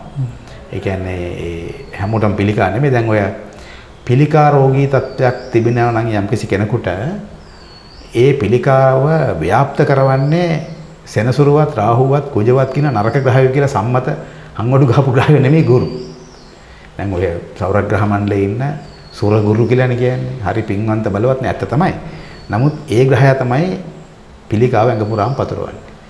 එතකොට කටක ලග්න හිමියෝ වෙන්දට වඩා තමන්ගේ ආහාර පාන ගැන ශාරීරික මානසික සුවය සම්බන්ධයෙන් සැහැල්ලුව ගැන වෙන්දට වඩා පරිස්සම් වෙන්න ඕනේ. ඕකයි පණවිඩි. ගුරු 8 වෙනට වෙලා දොරට තට්ටු කරලා කිව්ව මොකක්ද දන්නවද? මං ඇවිල්ලා ඉන්නේ තෙල් කෑම අඩු කරන්න. ඔහොම කම්මැලිකමට එකතන ඉන්න එපා චුට්ටක් ඇවිදලා ඇඟපත මහන්සි කරලා ඔය තෙල් ටික පුච්චලා දාන වැඩවල යෙදෙන්න. ඒ වගේම ආහාර පාන සඳහා යම්කිසි ඇඩික්ෂන් එකක් තිබ්බනම් අධික පරිභෝජනය සඳහා නැඹුරුවක් තිබුණා නම් චුට්ටක් ඒවා නතර කරගන්න. මොකද මං ඇවිල්ලා ඉන්නේ. මේ මං ඉන්න වෙලාවේ ඔක කරොත් එහෙම ටිකක් දඬුවම් වැඩි වෙනවා. ඔය පණිවිඩය දෙන්නයි ඇවිල්ලා තියෙන්නේ. නැත්තම් ඒ ආපු හින්දා ඔක වෙනව නෙමෙයි. එතකොට කටක ලග්න හිමියෝ ඒ දේ හිතට ගත්තොත් ඔන්න ගුරු 8 වෙනට ඇවිල්ලා අර දොරට තට්ටු කරලා කියන පණිවිඩය හරියට ගත්තා වෙනවා. ඊළඟට තව වාසියක් තියෙනවා. කටක ලග්න හිමියන්ට ඒක වාසිදායක පැත්තකුත් තියෙනවා. අනාගතේ මොකද්ද වෙන්න යන්නේ කියන එක වගේ කලින් වගේ දැනෙන ගතියක් තියෙනවා වෙනදට වඩා. ටිකක් අපි කියන්නේ අර සමාන්තර ලෝකයකින් පණිවිඩයක් එනවා වගේ. පොඩි පණිවිඩයක් 8 වෙන්නෙන් ඒ தත්ත්වය ඇති කරලා දෙනවා. ඒ වගේම බැංකු ණය රක්ෂණ වන්දි ආදී හිර වෙලා තිබුණා නම් ඒවා ගන්න. රැකියාවේ හෝ ව්‍යාපාරයේ උසස් වීම, ලාභාංශ ලබා ගැනීමට. ඒ වගේම තමා සතුව තමාට ලැබිය යුතු දෙමාපියන්ගෙන් උරුමය යුතු අර ඩිසව් තත්ත්වයේ තියෙන දේවල් මෙතෙක් ලැබිලා නැතිනම් ඒවා ලබා ගැනීමේ හැකියාව ඇති කරනවා. ඉතින් කටක ලග්න හිමියාට නරකම නැහැ. 8 වෙනි ඉන්නකොට ඒ අනපේක්ෂිත ලෙස ජයග්‍රහණ ලැබීමට ලෞකික පැත්තෙන් ආර්ථික පැත්තෙන් දේපල සම්බන්ධයෙන් ලැබීමටත් හොඳයි. සෞඛ්‍ය තත්ත්වය ගැන බරපතල ලෙස හිතන්න ඕනේ කියන පණිවිඩය තමයි ඔය දීලා තියෙන්නේ. දෙන්න තියෙන්නේ. ඒ ප්‍රශ්නේ මම හිතන්නේ ඔබ ඉතා හොඳින් එක වටහා ගනි. මට වෙලාවකට කිසිජ මහත්මයා අර දොරට තට්ටු කරලා කිව්ව කාරණේ හැම ලග්නෙටම කිව්වා නම් ඒකත් හොඳයි කියලා. මේ අර ආහාර වලින් පරිස්සම් වෙන්න කියන කාරණේ. දැන් මේක කටක ලග්නෙට තමයි මේ කාලේ මේ පණිවිඩය වැඩිපුරම දෙන්නේ ගුරු ග්‍රහය. අනෙක් ලග්න වලට නෙමෙයි. පැහැදිලි. මට අර කියන්න අවශ්‍ය වුණේ අර ආහාර වලින් පරිස්සම් වෙලා මෙහෙම ජීවිතේ යහපත්ව දකින්න මේ ඒ දේවල් ටික මේ කාටත් පොදු කාරණා ටික. ඔව් ඔව්. ඊටම පරිස්සම් වුණොත් හොඳයි වගේම සහ හෙට දවසේදී යම් විදියකට මේ තරබාරු හැමෝම මේ ග්‍රහ බලපෑමක් කියලා හිතන්නටත් එපා. මේ හැමතැනම වැරදියට අල්ලා ගන්න කාරණාත් තියෙනවා. ඔව්. අපි යමු සිංහ ලග්නයට. කොහොමද සිංහ ලග්නයට මේ බලපෑම වෙන්නේ? සිංහ ලග්න හිමියා නම් ගුරු ග්‍රහයාගෙන් ලොකු සහනයක් ලැබුවා. මොකද පහුගිය මුළු අවුරුද්දම කාලේ ගුරු හිටි 6 වෙන්නේ. මම අර කියලා කටගත්තේ 6ට 8ට ගුරු හොඳ නැහැ කියලා. ඒතර 6 වෙන්නේ හිටපු ගුරු ග්‍රහයා දැන් බලවත්ව ගමන් කරන්නේ 7 වෙන්නේ. 7 වෙන්නට ගුරු ග්‍රහයා හොඳයි. එතනින් පෙන්නන්නේ සමාජ සම්බන්ධතා. කසාද බඳපු කෙනෙක් නෑගේ යුග ජීවිතේ පාර්ට්නර්ෂිප් එක යුග ජීවිතේ හොඳයි. හවුල් ව්‍යාපාර සම්බන්ධයෙන් හොඳ ලාභ ලබනවා. බින්දට වඩා ඒවා පිළිබඳ හිතකරව සිද්ධ වෙනවා. බාධක තත්ත්ව මගහරගෙන. ශාරීරික වශයෙන් උත් හොඳයි. හොඳ මේ ශාරීරික සෞඛ්‍යයක්, සවිමත් භාවයක් ඇතිව වැඩ කරනවා. අර තිබුණාන් තරමක පැකිලීම වගේ තත්ත්වයක් නැතුව බය නැතුව වැඩ කරනවා. මොකද 7 වෙන්නේ ඉන්න ගුරු ග්‍රහයා ලග්නේ දකිනවා. ඒක එල්ලෙම. තමන්ගේ පෞරුෂය දකිනවා. ඒ කියන්නේ අපි විදුලි පන්දමක් කරන් කෙලින්ම උඩට ගැහුවා වගේ ආලෝකමත් වෙනවා. ඒ වගේ පෞරුෂ වශයෙන් උත් ඒ කියන්නේ තමන් හිතන විදිහත් සමාජයෙන් තමන්ට ලැබෙන ප්‍රතිචාර දෙක තමයි 1 සහ 7 කියන ස්ථාන දෙකෙන් පෙන්වන්නේ. එතකොට 7 වෙන්නත් පළවෙන්නත් කියන ස්ථාන දෙකම ආලෝකමත් වුනහම පුද්ගලයා සමාජය දිහා බලන්නේ සුභවාදීවයි, සමාජයේ පුද්ගලයාට ප්‍රතිචාර දක්වන්නේ සුභවාදීවයි. ඒක හරි මේ වටිනවා. සිංහ ලග්න හිමියට විශේෂයෙන්ම දේශපාලනය කරන කෙනෙක් ඉන්නවා නම්, ව්‍යාපාර ක්ෂේත්‍රයේ ඉන්නවා නම්, ජනමාධ්‍ය ක්ෂේත්‍රය, ඒ වගේම මොකද්ද මේ මහජන සම්බන්ධතා සම්බන්ධ වෙන අයට මේ කාලේ හොඳ වාසිදායක තත්ත්වයක් තියෙනවා. ගුරු ග්‍රහයා 7 වෙනිදා ගෝචර වීම. ඒකත් නොවැම්බර් මාසයේ සිට ටිකක් ප්‍රබලව Tamanට දකින්න ලැබෙයි. හොඳයි. ඊටමත් වටිනවා එතනට. එතකොට ඊළඟට අපි යන්නේ කන්‍යා ලග්නයට බලපෑම කොහොමද කියන කාරණේට. ඔව්. දැන් කන්‍යා ලග්න හිමියන්ගේ කේන්දරේ අපි දැන් ගුරු ග්‍රහයාගේ මාරුව පමණයි මේක අදහස් කරන්නේ. තව ග්‍රහ මාරුවෙම් ගන්නෙ නැහැ. මොකද ගුරුනේ විශේෂයෙන්ම දැන් ඉස්සරහට මේ ටිකක් වැඩි බලපෑමක් ඇති කරන්නේ. ඒක හින්දා කන්‍යා ලග්න හිමියන්ගේ කේන්දරේ ඇත්තටම ගුරු ග්‍රහයා එන්නේ 6 වෙනිට. 6 වෙනි කියලා කියන්නේ ටොලෙමියානු ජ්‍යොතිෂයේදී නිර්ත දිශාව. ඒ කියන්නේ මේ ශක්තිය ගලාගෙන එනවා කේන්දරයක 12 සහ 11 කින ස්ථාන දෙකෙන්. ඒ එන ශක්තිය තැම්පත් කරන ස්ථානයක් හැට තමයි අපිට පෙන්වන්නේ කේන්දරයේ 6 සහ 5 කියන ස්ථාන දෙක. ඒක අපි සලකන්නේ නිර්ත දිශාව හැටියට. එතකොට මේ කේන්දරයක ශක්ති මධ්‍යස්ථානය කියන්නේ ශක්ති ගබඩාව තමයි නිර්ත. ඒ ස්ථානයට ගුරු වගේ ග්‍රහයක අහම වෙන්නේ අධිකතර ශක්තියක් ඇදලා ගන්නවා. එතකොට ඇදලා ගැනීම කෙනෙකුට ඇතැම් විට හිතකර වෙන්න පුළුවන්, කෙනෙකුට ඇතැම් විට අහිතකර වෙන්න පුළුවන්. අතිශයින්ම කාර්යබහුල, කියන්නේ ශාරීරික සහ මානසික වශයෙන් කාර්යබහුල කෙනෙක් නම් ওই ගුරු ග්‍රහය 6ට ආවට යාට නරකක් නැහැ ඒක.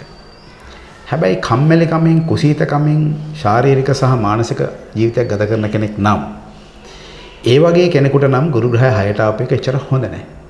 මොකද විශේෂයෙන්ම හොඳ නැහැ කියලා කියන්නේ අර කිව්ව දේ තමයි වෙන්නේ. මොකද ශාරීරික සහ මානසික වශයෙන් අර තෙල් ගතිය වැඩි කරනවා.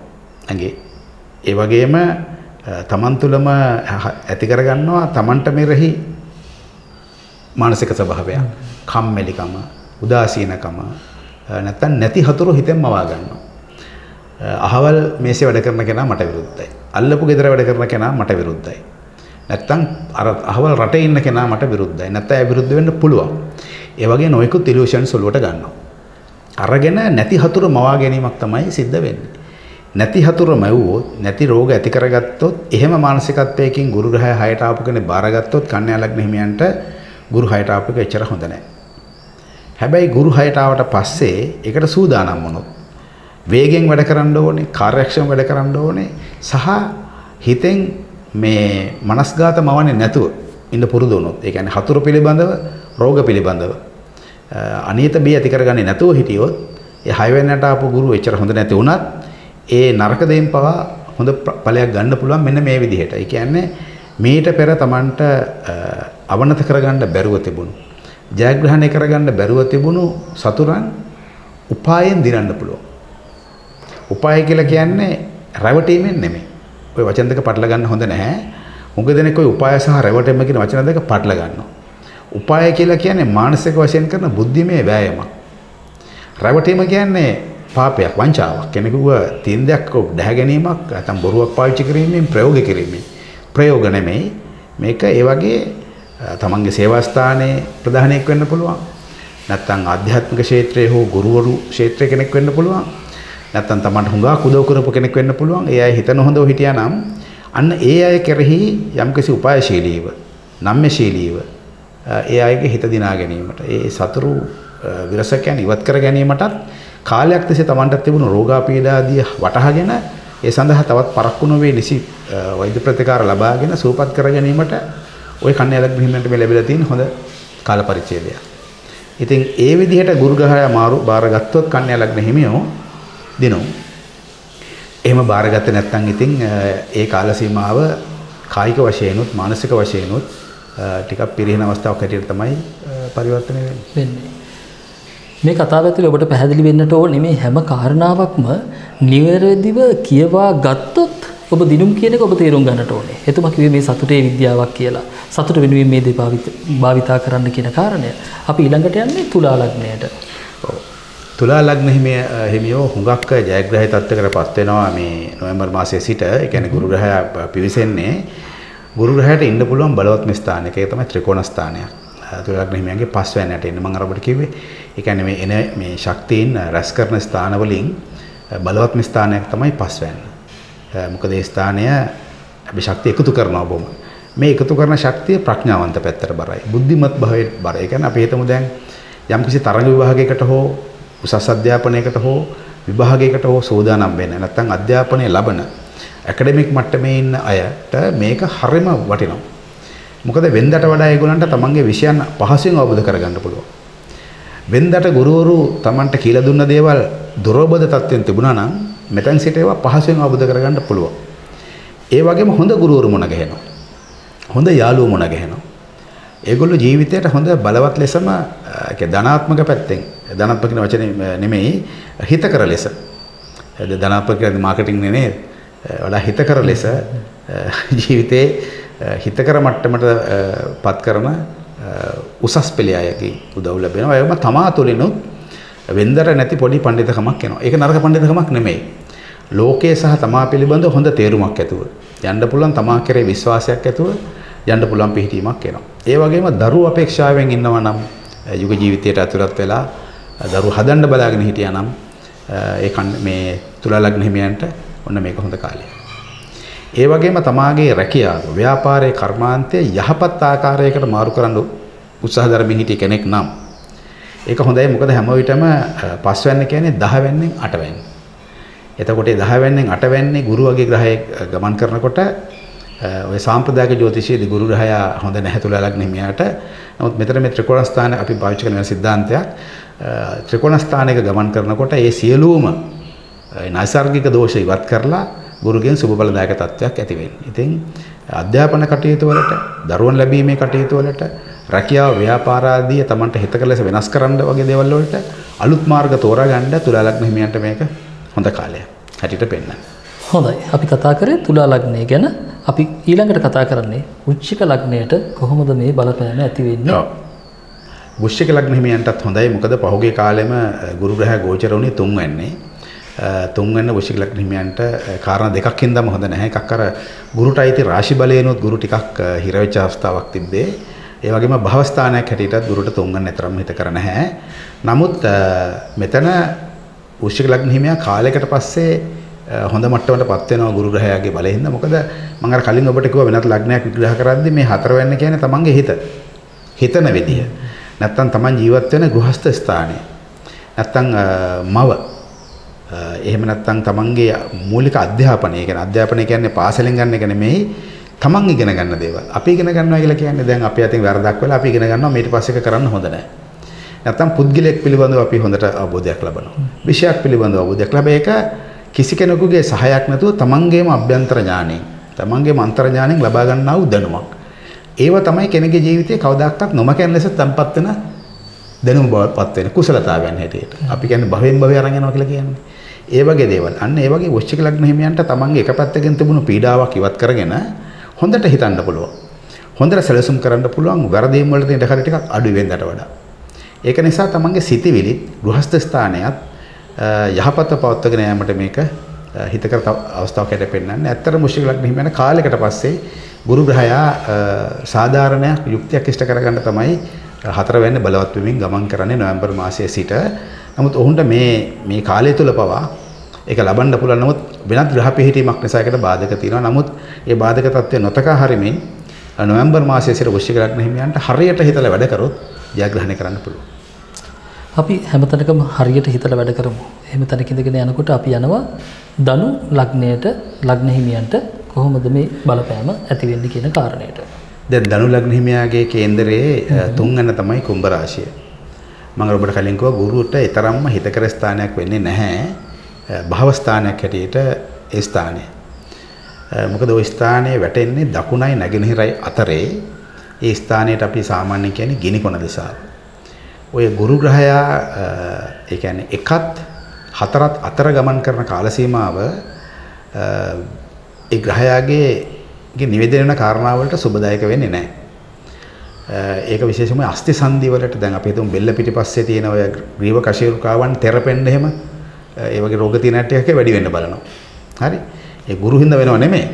අපි තේරුම් ගන්න ඕනේ අපේ අවතුම් පැවතුම් නරක නම් ධනු ලග්නෙන් උපන්න අයට මේ කාලේ සෙල්ලම් නැහැ. ඒ කියන්නේ අපිට බාහිර පරිසරයෙන් සපෝට් කරන්නේ නැහැ.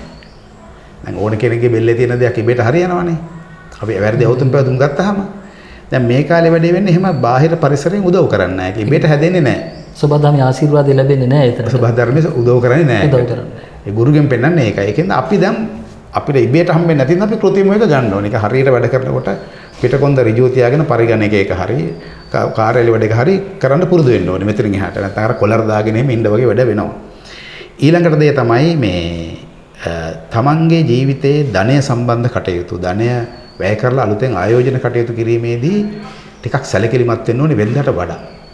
මොකද ඒ යම් මුදලක් වැයදන් යම් මුදලක නිශ්චිත වටිනාකමක් තියෙනවා නම් ඒ දේ කරන්න ඊට වඩා දෙගුණයක් විතර යනවා පරිස්සමක් නොතිබුණොත් මේ කාලේ.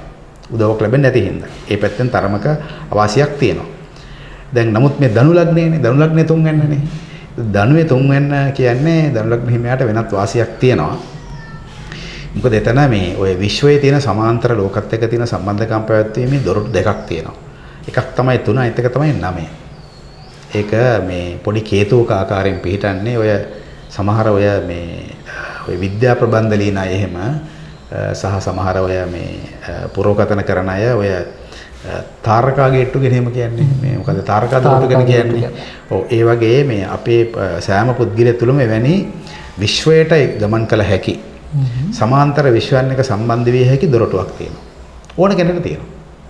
ඕන කෙනෙකුගේ කේන්දරයේ 3 වෙනි සහ 9 වෙනි අතර තමයි ඒ දොරටු ඇරෙන්නේ. එක කේතුවක හැඩයට තියෙන්නේ.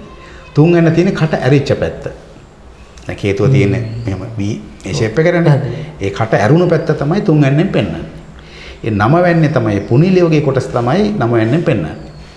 එතකොට මෙතන ධනු ලග්න හිමියාගේ ලග්නාධිපති නිසා අනිකුත් ලග්න හිමියන්ට වඩා සමාන්තර විශ්වයන් එක සම්බන්ධ වෙන්න නැත්නම් වෙනත් දැනුම් පද්ධතින් ඉගෙන ගන්න සහ Taman පෙර භවයෙන් අරගෙන ආපු යම් යම් කුසලතාවයන් හුරු පුරුදුකම් වැඩි දියුණු කරගන්න මේක හොඳ අවස්ථාවක්. ඒක එක විෂයක් කියලා කියන්න බෑ. සංගීතය වෙන්න පුළුවන්, ගණිතය වෙන්න පුළුවන්, ජ්‍යොතිෂය වෙන්න පුළුවන්, ඒ වගේම අධිමානසික විද්‍යාවන් වෙන්න පුළුවන්. ඕනම දෙයක් සම්බන්ධයෙන් එහි ප්‍රතිඵල ලැබෙනවා. හැබැයි ඒකෙත් වැඩි වාසියක් ගන්න පුළුවන් මේ ආධ්‍යාත්මික ක්ෂේත්‍රයට සම්බන්ධ අයට භාවනා කරන කෙනෙකුට නම්.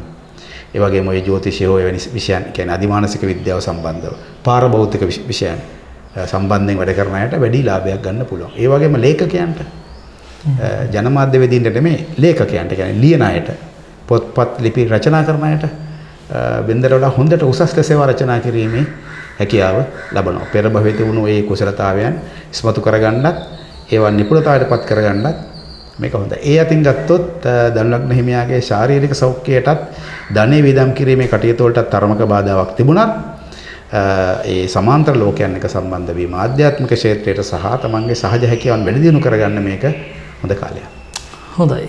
අපි ඊළඟට යනවා මකර ලග්න හිමියන්ගේ කොහොමද ඒගොල්ලන්ට බලපෑම කියන කාරණයට. ඔව් මම හිතන්නේ මේ ලග්න වලින් වැඩිපුරම ආශ්වාසීල ලබන ලග්නය තමයි මේ මකර ලග්නය.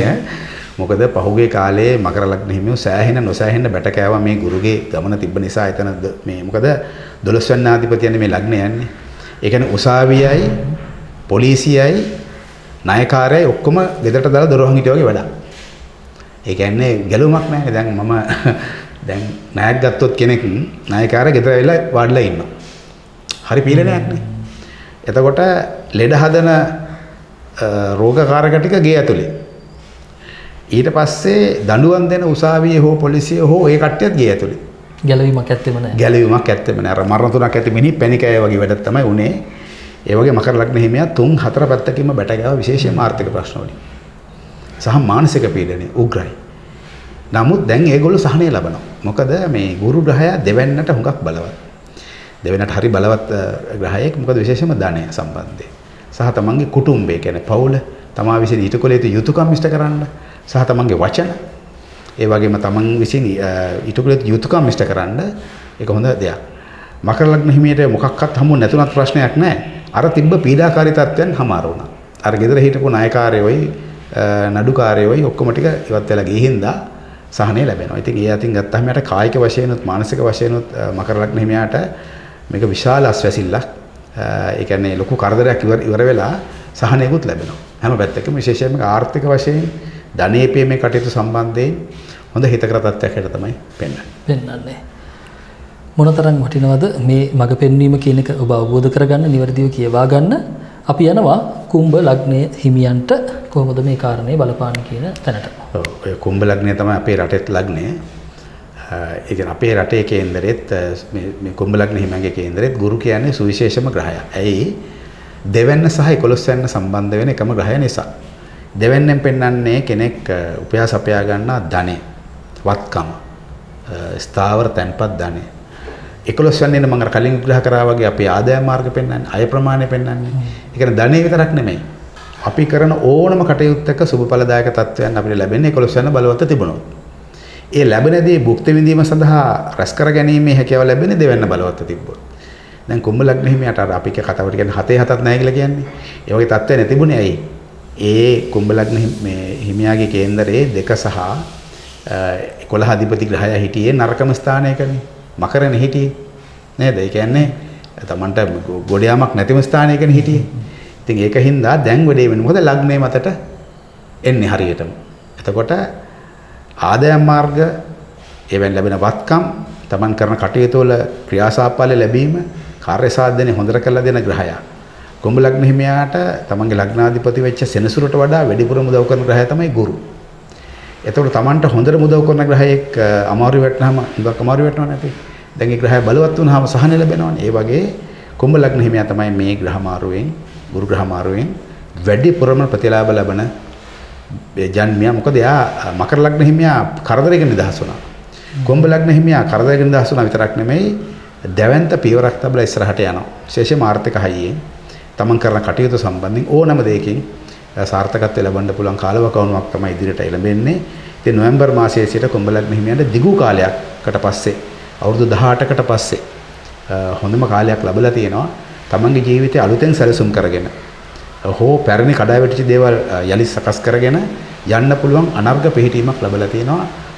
ඔය ගුරු ග්‍රහයාගේ මාරුවෙන්. කියන්නේ ගුරු ග්‍රහයාගේ ඇති වෙන වෙනසෙන් හොඳම හොඳ ප්‍රතිඵල ලබන්නේ කුම්භ ලග්න හිමියන්. එතකොට අවසාන ලග්නය මීන ලග්න හිමියන්ට අත්වන ඉරණම මොන වගේ වේවිද? දැන් මීන ලග්න හිමියාගේ කේන්දරයේ 12 වෙනියට තමයි ගුරු ග්‍රහය යන්නේ. දැන් හුඟ දෙනෙක් බයයි ගුරු 12ට ගියාම නඩු වැටේ. ඔය තමයි සාමාන්‍යයෙන් කියන්නේ නඩු වෙයි. ලෙඩ වෙයි. සමාජ අපවාදයන්ට ලක් වෙයි. තියෙන දේවල් නැති වෙයි. කිසිම මීන ලග්න හිමියෙක් ඔය ගැන බය වෙන්න කාරණාවක් නැහැ. මොකද මේ තමන්ගේ ලග්නාධිපතියයි මේ එන්නේ. ඒ වගේම ගුරුට සාමාන්‍යයෙන් 12 කියන එක නරක නැහැ. ඇයි මොකද මේ සෙනසුරුගේ ස්ථානයකට එන්න මොකද ආර්ථික වශයෙන් නම් තරමක අවහිරකම් හට ගන්න පුළුවන්. ඒක හරි. ඒ වගේම අපි මේ කාලේදී මීන ලග්න හිමියන්ට ඔන්න අර දොඩට තට්ටු කරලා කියන පණිවිඩය තමයි අල්ලපු වැටේ ජීවත් වෙන තමන්ගේ අසල්වැසියත් එක්ක සහෝදව කතා කරලා විසඳ ගන්න පුළුවන්කම තියෙද්දී උසාවියට පොලිසියට දුවන්න එපා. දිව්වොත් වෙන්නේ ඔබ පරදිනවා. ඒ වගේම තමන්ට මොහොතක් ඉවසලා ඉන්න පුළුවන් නම් අවුරුද්දක් විඳවන්න තියෙන කාරණාවක් දුරු කරගන්න පුළුවන්. අපි හිතමුකෝ අල්ලපු වැටේ ඉන්න පුද්ගලයාගේ එක්තරා ඉරියව්වක් හින්දා මේ ලග්න හිමියා තුළ දරුණු කෝපයක් හට ගන්නවා. කෝපය ප්‍රකාශයටපත් කරනවා ඇවිලෙනවා. ඒ ඇවිල්ලා ගියොත් මොකද වෙන්නේ? මේ ලග්න හිමියා ජයග්‍රහණය කරනවද? නැහැ. උසාවියේ පොලිසියේ රෝහලේ රස්තියාදු වෙනවා මිසක් ජයග්‍රහණයක් ලබන්න බෑ. ඒතර මේක දැන් දැනගත්තාම මොකද වෙන්න ඕනේ? තමන් කොච්චර ਸਰව නිර්දෝෂී වුණත් මේ කාලේ වැඩ කරන්න ඕනේ අනේකාට දිනුම දීලා තමන් අනේකාගතෙන් වරද වුණත් අනේ සෝරි කියලා තමන් පැත්තකට තමන් දිනුවා. ඒ කියන්නේ අනවශ්‍ය ගැටුම් වලට යන්න එපා. යන්න එපා. ඒ කියන්නේ තමන් කොච්චර හරි වුණත් යුක්තිය සඳහා කියලා එහෙම අරගල වලට යන එක හොඳ නැහැ. නිහඬව ඉන්න තරමට උපේක්ෂාවෙන් බලන තරමට තමයි ජයග්‍රහණය එන්නේ. ඒක තමයි තියෙන දේ. අනිත් පැත්තෙන් තමයි ආධ්‍යාත්මික පැත්තෙන්, ආගමික පැත්තෙන් ඉවසීම, උපේක්ෂාව, පරිත්‍යාගශීලී භාවය සහ ඔබ විසින් යම් කෙනෙකුට දිය යුතු දෙයක් අසාධාරණයෙන් හෝ අමතක වෙමින් හෝ තියාගෙන ඉන්නවනේ. දැන් ඕවා කිව්වම ටිකක් සංකීර්ණ මෙහෙම හිතන්නකෝ. දැන් මීන ලග්න හිමියෙක් කියන්න පුළුවන් යම්කිසි කාර්යාලයක ප්‍රධානියෙක්. තමාට යටින් ඉන්න පුද්ගලයෙකුට දෙන්න ඕනේ වැටුප් වර්ධකයක් හෝ උසස් වීමක් තියෙනවා. මොකක් හරි අරියාදු කොටක නොදී තියන් ඉන්නවා. ඒ තමයි ෆයිල් එක ඉස්සරහට යවන්නේ නැහැ. නැත්තම් ඒ ලියුම ගහන්නේ නැහැ. ඒ මීන ලග්න හිමියෝ මේ වෙලාවේ හිතලා බලන්න ඕනේ මම දැන් මේක දෙන්න ඕනේ. මේ ලැබිය යුතු කෙනාට ඒ දේ දෙන්න ඕනේ. එහෙම නොදුන්නොත් මොකද වෙන්නේ? එයාට එකට ගෙවන්න වෙනවා. 4 ගුණයකින් ගෙවන්න වෙනවා. ඒකෙන්ද යම් කිසි කෙනෙකුට දී යුතු දෙයක් ඔබ සතුව තිබෙනවා නම් ඒ දේ දෙන්න. කෙනෙකුට දෙයක් ලැබෙන්න යනවා නම් ඔබ මැදිහත් වෙලා වළක්වන්න හදනවා නම් කරුණාකරලා ඒකෙන් වළකින්න. මොකද ඔය කරන හැම එකකින්ම විපාක තමන්ට විඳින්න වෙනවා. ඒකෙන්ද මීන ලග්න හිමියාට මේ කාලේ තමන්ගේ thinking pattern එකෙන් හිතන විදිහෙන් තමන්ගේ ආකල්ප වලින් හොඳ පරිවර්තනයක් ඇති කරගන්න පුළුවන් අවස්ථාවක්. කියන්නේ දීමෙන් ගොඩක් දේවල් ලබන්න පුළුවන් කියන පණිවිඩය ගන්න පුළුවන් එක. අපේක්ෂාවට වඩා උපේක්ෂාව හුඟක් ප්‍රතිඵලදායක බව වටහා ගන්න කාලයක්. ආධ්‍යාත්මික වශයෙන් ලබන සහනය අනිත් හැම දෙයකටම වඩා උසස්ය කියන එක වටහා ගන්න කාලයක්. ඒකෙන්ද මෙතෙක් කාල තමන් දිහා බලන්න කාලෙ මදි වෙච්ච මින් ලග්න හිමියන්ට රස්සාවට වෙන්න පුළුවන්, සමාජයට වෙන්න පුළුවන්, වෙනත් බාහිර ප්‍රශ්න වලට වෙන්න පුළුවන්. හිත යොමු කරපු මින් ලග්න හිමියන්ට දැන් මේ අවුරුද්ද තියෙනවා තමන්ගේ දිහා බලලා තමන්ගේ මඩපාඩු හදාගන්න. ඉතින් ඒ නොවැම්බර් මාසයේ සිට ලබන අප්‍රේල් මාසය දක්වා කෙටි කාලයක් තියෙන. ඒ කාලේ හරියට වැඩ කළොත් එන්න තියෙන බොහෝ ප්‍රශ්න මගහැරව ගන්නත් පුළුවන්. මෙතෙක් ලබාගත නැති වෙනත් පැත්තකින් සහනයක් ලබා ගන්නත් පුළුවන්. මම හිතා ලග්න 12ම කිව්වනේ. ඔව් අපි සියලු දේ කතා කරා. අපිට අවශ්‍ය වුණේ යම් විදියකට මේ අඳුරේ අතපත ගාමින් යන මේ සමාජයට ආලෝකයක් ලබා දෙන්න. මෙතුමා කිව්වා වගේ මේ තුලින් ඔබ මේ මඟ පෙන්වීමක් කියන එක අවබෝධ කරගත්තා නම් එතනින් කොහොමද අපි නිවැරදිව ජීවිතය දකින්නේ? වඩාත් යහපත්ව මේ ප්‍රශ්න ගැටලු වලට උත්තර හොයාගන්නේ කොහොමද කියන කාරණය ඔබට වැටෙන්නට ඇති. ඔබතුමන්ට අවසාන වශයෙන් මොකද කියන්න තියෙන්නේ? ගුරු ග්‍රහමාරු සම්බන්ධව නේද? ඔව් පැහැදිලි. ගොඩක් අය සමහර වෙලාවට ගත්තට පස්සේ මේක ඇතුලේ අපි මේ ලග්නෙන් ලග්නයට කතා කරලා එතකොට මේක පුද්ගලයාගෙන් පුද්ගලයාට බලපාන ආකාර යම් විදියකට විවිධ වෙනස්කම් තියෙනටත් පුළුවනි. මේ තුල මම හිතන්නේ පැහැදිලි කිරීම අපි කරා. මේ තවදුරටත් මේකේ යා යුතු තැනකට නැහැ. නිවැරදිව දකිනවා නම් අපිට යහපත් ගමනක් මේකේ මම හිතන්නේ ඔබ තැනකට ආවා. මේ දැන් ඔය ගුරුගෙන් ඇති වෙන මේ අහිතකර බලපෑම කියන්නේ ගුරුගෙන් ඇති වෙන එකක් නෙමෙයි. ඒක මම නැවත නිවැරදි කරන්න ඕනේ. නිවැරදි කරන්න සිහිපත් කරන්න ඕනේ. ගුරු ග්‍රහය ඔබේ ලග්නේ කොතනට ගියත් ගුරු ග්‍රහය කරන අයහපතක් නැහැ. ඒ අහිංසක මේ ග්‍රහයේ එයා අපේ පණිවිඩකාරයෙක් විතරයි. ඒ පණිවිඩය තේරුම් ගත යුත්තේ අපි. පණිවිඩය තේරුම් ගන්න ඕනේ. එතකොට ඒකින්ද දැන් මේ පණිවිඩය තේරුම් ගත්තොත් අපිට ඒකෙන් ජයග්‍රහණය කරන්න පුළුවන්. ඇතැම් විටක මේ පණිවිඩය තේරුම් ගත්තා වුණත් අපි හැමෝගෙම තියෙන ඒ ශක්ති සම්පන්න භාවයේ සමානකම් නැහැනේ. කෙනෙකුට අඩුවෙන් තියෙන්න පුළුවන්. එතකොට අපිට බාහිරින් ශක්තිය ගන්න පුළුවන්. බාහිරින් ශක්තිය ගන්න ක්‍රමයක් ඕක ඇතුළෙම තියෙනවා. ඒක තමයි Taman ජීවත් වෙන පරිසරයේ දැන් මෙහෙම හිතන්නකෝ දැන් අපි ජීවත් වෙන මේ මම පසුව පැහැදිලි කරලා දෙන්නම්. අපි ජීවත් වෙන්නේ මේ 13 වෙනි ග්‍රහ ලෝකයේ ඇතුලේ. හරි. ඒ කියන්නේ ජ්‍යොතිෂය අනුව ගත්තාම ග්‍රහ ලෝක තියෙන්නේ 12යිනේ රාහු කේතුත් එක්ක 12යිනේ ග්‍රහය. නමුත් හැම වෙලේම අමතක කරනවා මේ අපේ අය අපි ජීවත් වෙන්නේ 13 වෙනි ග්‍රහ ලෝකයේ ඇතුලේ. දැන් අපි රවිගේ, සඳුගේ, ගුරුගේ, කුජගේ, සෙනසුරුගේ, රාහුගෙන්, කේතුගෙන් ඔය ආදී වශයෙන් ග්‍රහ 12 දෙනාගෙන්ම ඇති වෙන බලපෑම් බලනවානේ. අපි ජීවත් වෙන ලෝකේ ඒක අපි 13 වෙනි ග්‍රහ ලෝකයට සලකන්න ඕනේ. හරි. එතකොට ඒක අමතක කරලානේ අපි මේ අනිත් අයගෙන් බලන්නේ. ඒතර මේ පොළෙන් අපිට මොනවද එන්නේ? මම හිතන්නේ වැඩිපුරම බලපාන ඕනේ මේක තමයි කියන්නේ. එතකොට ඔය පිටින් නිවේදනය කරන දේ විතරක් බලන්න එපා. Taman ජීවිත වෙන පරිසරය, Taman ජීවිත වෙන ගෙදර, Tamanගේ ශාරීරික සුවතාවය, අවට පරිසරය සියලුම ග්‍රහයන්ගේ පණිවිඩ වලට වඩා වැඩි පණිවිඩයක් දෙන ඕනම කෙනෙකුට. Taman ජීවත් වෙනගේ ලොකුද, පුංචිද, අලුත්ද, පරණද කියන කතන්දරේ වැඩක් නැහැ. වාස්තුමය නියමයන් පාවිච්චි කරන්න පුළුවන් නම් ඒකෙත් අන්තවාදයට යන්න එපා. බිත්ති කඩාගෙන උළුවහු මාරු කරගෙන පඩිපෙල් වෙනස් කරගෙන එපා. මේ සාමාන්‍යයෙන් අපි ඒක කියලා දෙන්න ඕනේ ගෙදරක ඊසාන සහ නිර්ත කියන පැති දෙක හැම විටම පිරිසිදුව නිර්වුල්ව තියාගන්න තරමට ඒ ගෙදර ශක්තිය හොඳට සංසරණය වෙනවා. ඒක මාලිමාවකින් බලන්න ඕනේ. පොදුවේ මම කියන්නේ. ගේ මැදත් මාලිමාවක් තියලා බලන්න ඊසාන පැත්ත හොයාගන්න, නිර්ත පැත්ත හොයාගන්න. මේ පැති දෙක බොහොම නිර්වුල්ව පැහැදිලිව තියන්න ඕනේ.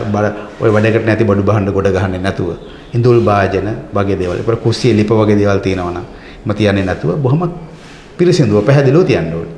ගෙන් එළියෙත් ඊසානය නිර්තය පැති දෙක බොහොම කල එළියට. කියන්නේ ඔය ගිනි ගොඩවල් ගහලා විනාශ කරන්නේ නැතුව, කුණු කසල එකතු කරන්නේ නැතුව, ඔය ටිකක් ගොහුරු බිම් වගේ තියන්නේ නැතුව, අඳුරු ලඳු කැලෑවල් තියන්නේ නැතුව එළියට කල එළියට තියන්න ඕනේ. එතකොට ඒ පැති දෙක විතරක් නෙමෙයිනේ. ඒ දෙක තිබ්බම අනිත් එක ඒවත් ඊට සාපේක්ෂව ටික ටික ඉලිපහලි කිරීම. ගේ ඇතුළ අඩු ගානේ මේ අපි මේ ජීවත් වෙන මේ ගෙදරක තියෙන මේ එනර්ජි ශක්තිය ඒවා හැම විටම ගෙදරක මේ මුළු වල රැඳෙනවා. ඒතර ඔය රැඳීම අපි ඉවත් කරන්න ඕනේ. ඒ ඉවත් කරන්න ස්වභාවික අපිට බෙහෙතක් තියෙනවා තමයි සූර්යාලෝකය. හොඳට ඉරේලියෙන්න ඕනම ගෙදරක් උදේ ඉර උදාවේ සිට අඩුම තරමින් පැය 4ක්වත් නැත්නම් අඩු ගානේ උදේ 10 ඉඳන් 12 වෙනකන්වත් සියලුම දොරවල් ජනෙල් ඇරලා ස්වභාවික ඉරවලියෙන්න ඉඩ දෙනවා නම් ගොඩාක් වෙන දේවල් විසඳ ගන්න පුළුවන්. වාතාශ්‍රය නිදහසේ හැසිරෙන්න ඉඩ කඩ දෙන්න ඕනේ. එතකොට තමන්ගේ පාවිච්චි කරන ඇඳවල්, ගෘහ භාණ්ඩ ඕවා පිරිසිදු කිරීමේ කටයුතු. හරි.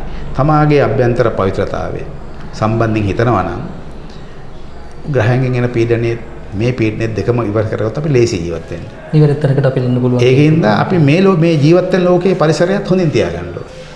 දැන් අපේ ගෙදර කුණු ටික අල්ලපු අතර දැම්මයි කියලා අපි බේරෙන්නේ නැහැ නේ. ඒකයි අපිට එනවා.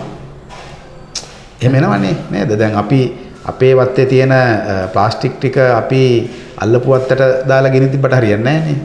කුණු එනවනේ.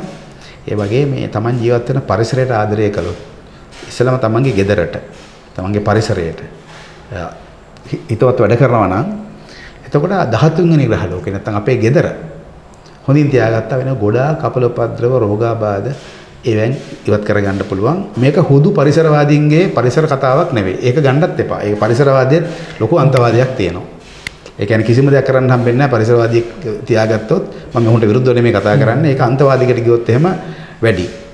නමුත් ඒ වගේ පරිසර විනාශ කරන්න හොඳත් නැහැ කාබාසිනියා කරගෙන. ඒක මැද තැනකට එන්න ඕනේ. ඇවිල්ලා පරිසරය තමන් ඉන්න අවශ්‍ය මේ සම්පත් කාටත් අයිති කියන හැඟීමෙන් වැඩ කළොත් ඒකත් හොඳ පණවිඩියක්. ඒවා කිරීමෙන් තමයි යහපතක් වෙන්නේ. අයහපතක් වෙන්නේ නැහැ. ගෙදර ලොකුද කුඩාද පරණද කියන එක නෙමෙයි ඉන්න තැන පිරිසිදු පැහැදිලිව. කියන්නේ හොඳට ශක්තිය එන්නත්, ශක්තිය සංසරණය වෙන්නත් පුළුවන් විදිහට තියාගත්තොත් ඔය ගොඩාක් අපිට ග්‍රහයන්ගෙන් පෙනෙන දේවල් පහසුවෙන් හදාගන්න පුළුවන්. ඊළඟට තමන්ගේ අභ්‍යන්තර පරිසරය සුද්ධ කරගන්නත් එපා. භෞතික පරිසරයක් නෙමෙයිනේ. ඒ සඳහා හැකියතාක් දුරට මම නම් යෝජනා කරන්නේ පිරිත් වර්ග. ඒකේ මීට කලින් මම ওই විශ්වකර්ම YouTube නාලිකාවෙන් තමයි ඒක සමාජගත කරේ.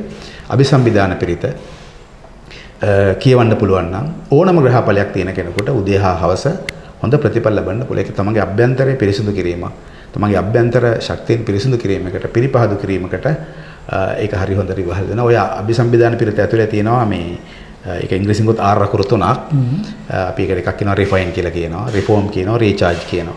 ඒ කියන්නේ පිරිපහදු කිරීම, ප්‍රතිසංස්කරණය කිරීම, ප්‍රතිශක්තිය ඇති කිරීම. ඒ කියන්නේ අපේ අභ්‍යන්තර ශක්තියින් වල ඒවා මේ කිලිටිනම් දූෂිත රංග පිරිපහදු කරනවා, සුද්ධ කරනවා. ඒක තමයි රිෆයින් කියලා කිව්වේ, පිරිපහදුව කියලා කිව්වේ. ඒවා අවුල් වෙලා නම් ඒ කියන්නේ ඕන තැනට අඩුවෙන් එනවා, ඕන නැත්නම් වැඩිපුර එනවා, අවුල් වෙලා නම් ඒක අපි රිෆෝම් කරනවා. ඒ කියන්නේ ප්‍රතිසංස්කරණය කරනවා, යථාවත් භාවයට පත් කරනවා. ඊළඟට එනර්ජි ලැබීම අඩු නම් අපි ඒවා ප්‍රතිශක්තිය ඇති කරනවා. ඒ කියන්නේ ඒවට අපි අවශ්‍ය ශක්තිය ලැබලා දෙන ක්‍රම කරනවා. ඒ සඳහා අභිසම්විධාන පිරිත හුඟක් බලවත්. ඒකට ආගමක් බලපාන්නේ නැහැ.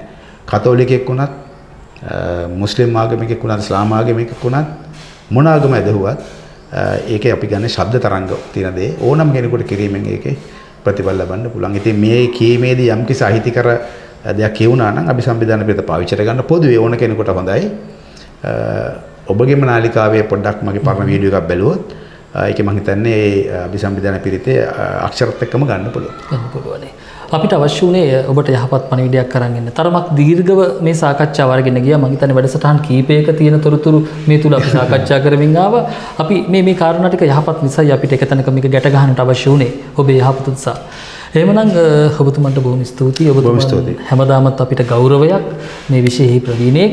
ඔබතුමා ඊටමත් නිරවුල්ව මේ දේවල් සමාජයට අරගෙන එන එක මම හිතන්නේ ඒක රටටත් බොහොම වටිනාකමක්. එහෙමනම් අවසරයි සමුගන්නට. හොඳයි. එහෙනම් ඔබටත් ආයිබෝන්. ඔබට යහපත් වූ හෙට දවසක් මුදා වේවා. මේ කියපු කරුණු කාරණා තුලින් ඔබේ ජීවිතය ආලෝකමත් කරගන්න කියන පණිවිඩය තමයි අපිට දෙන්න තියෙන්නේ. ඔබට සුබ දවසක්. ආයිබෝන්.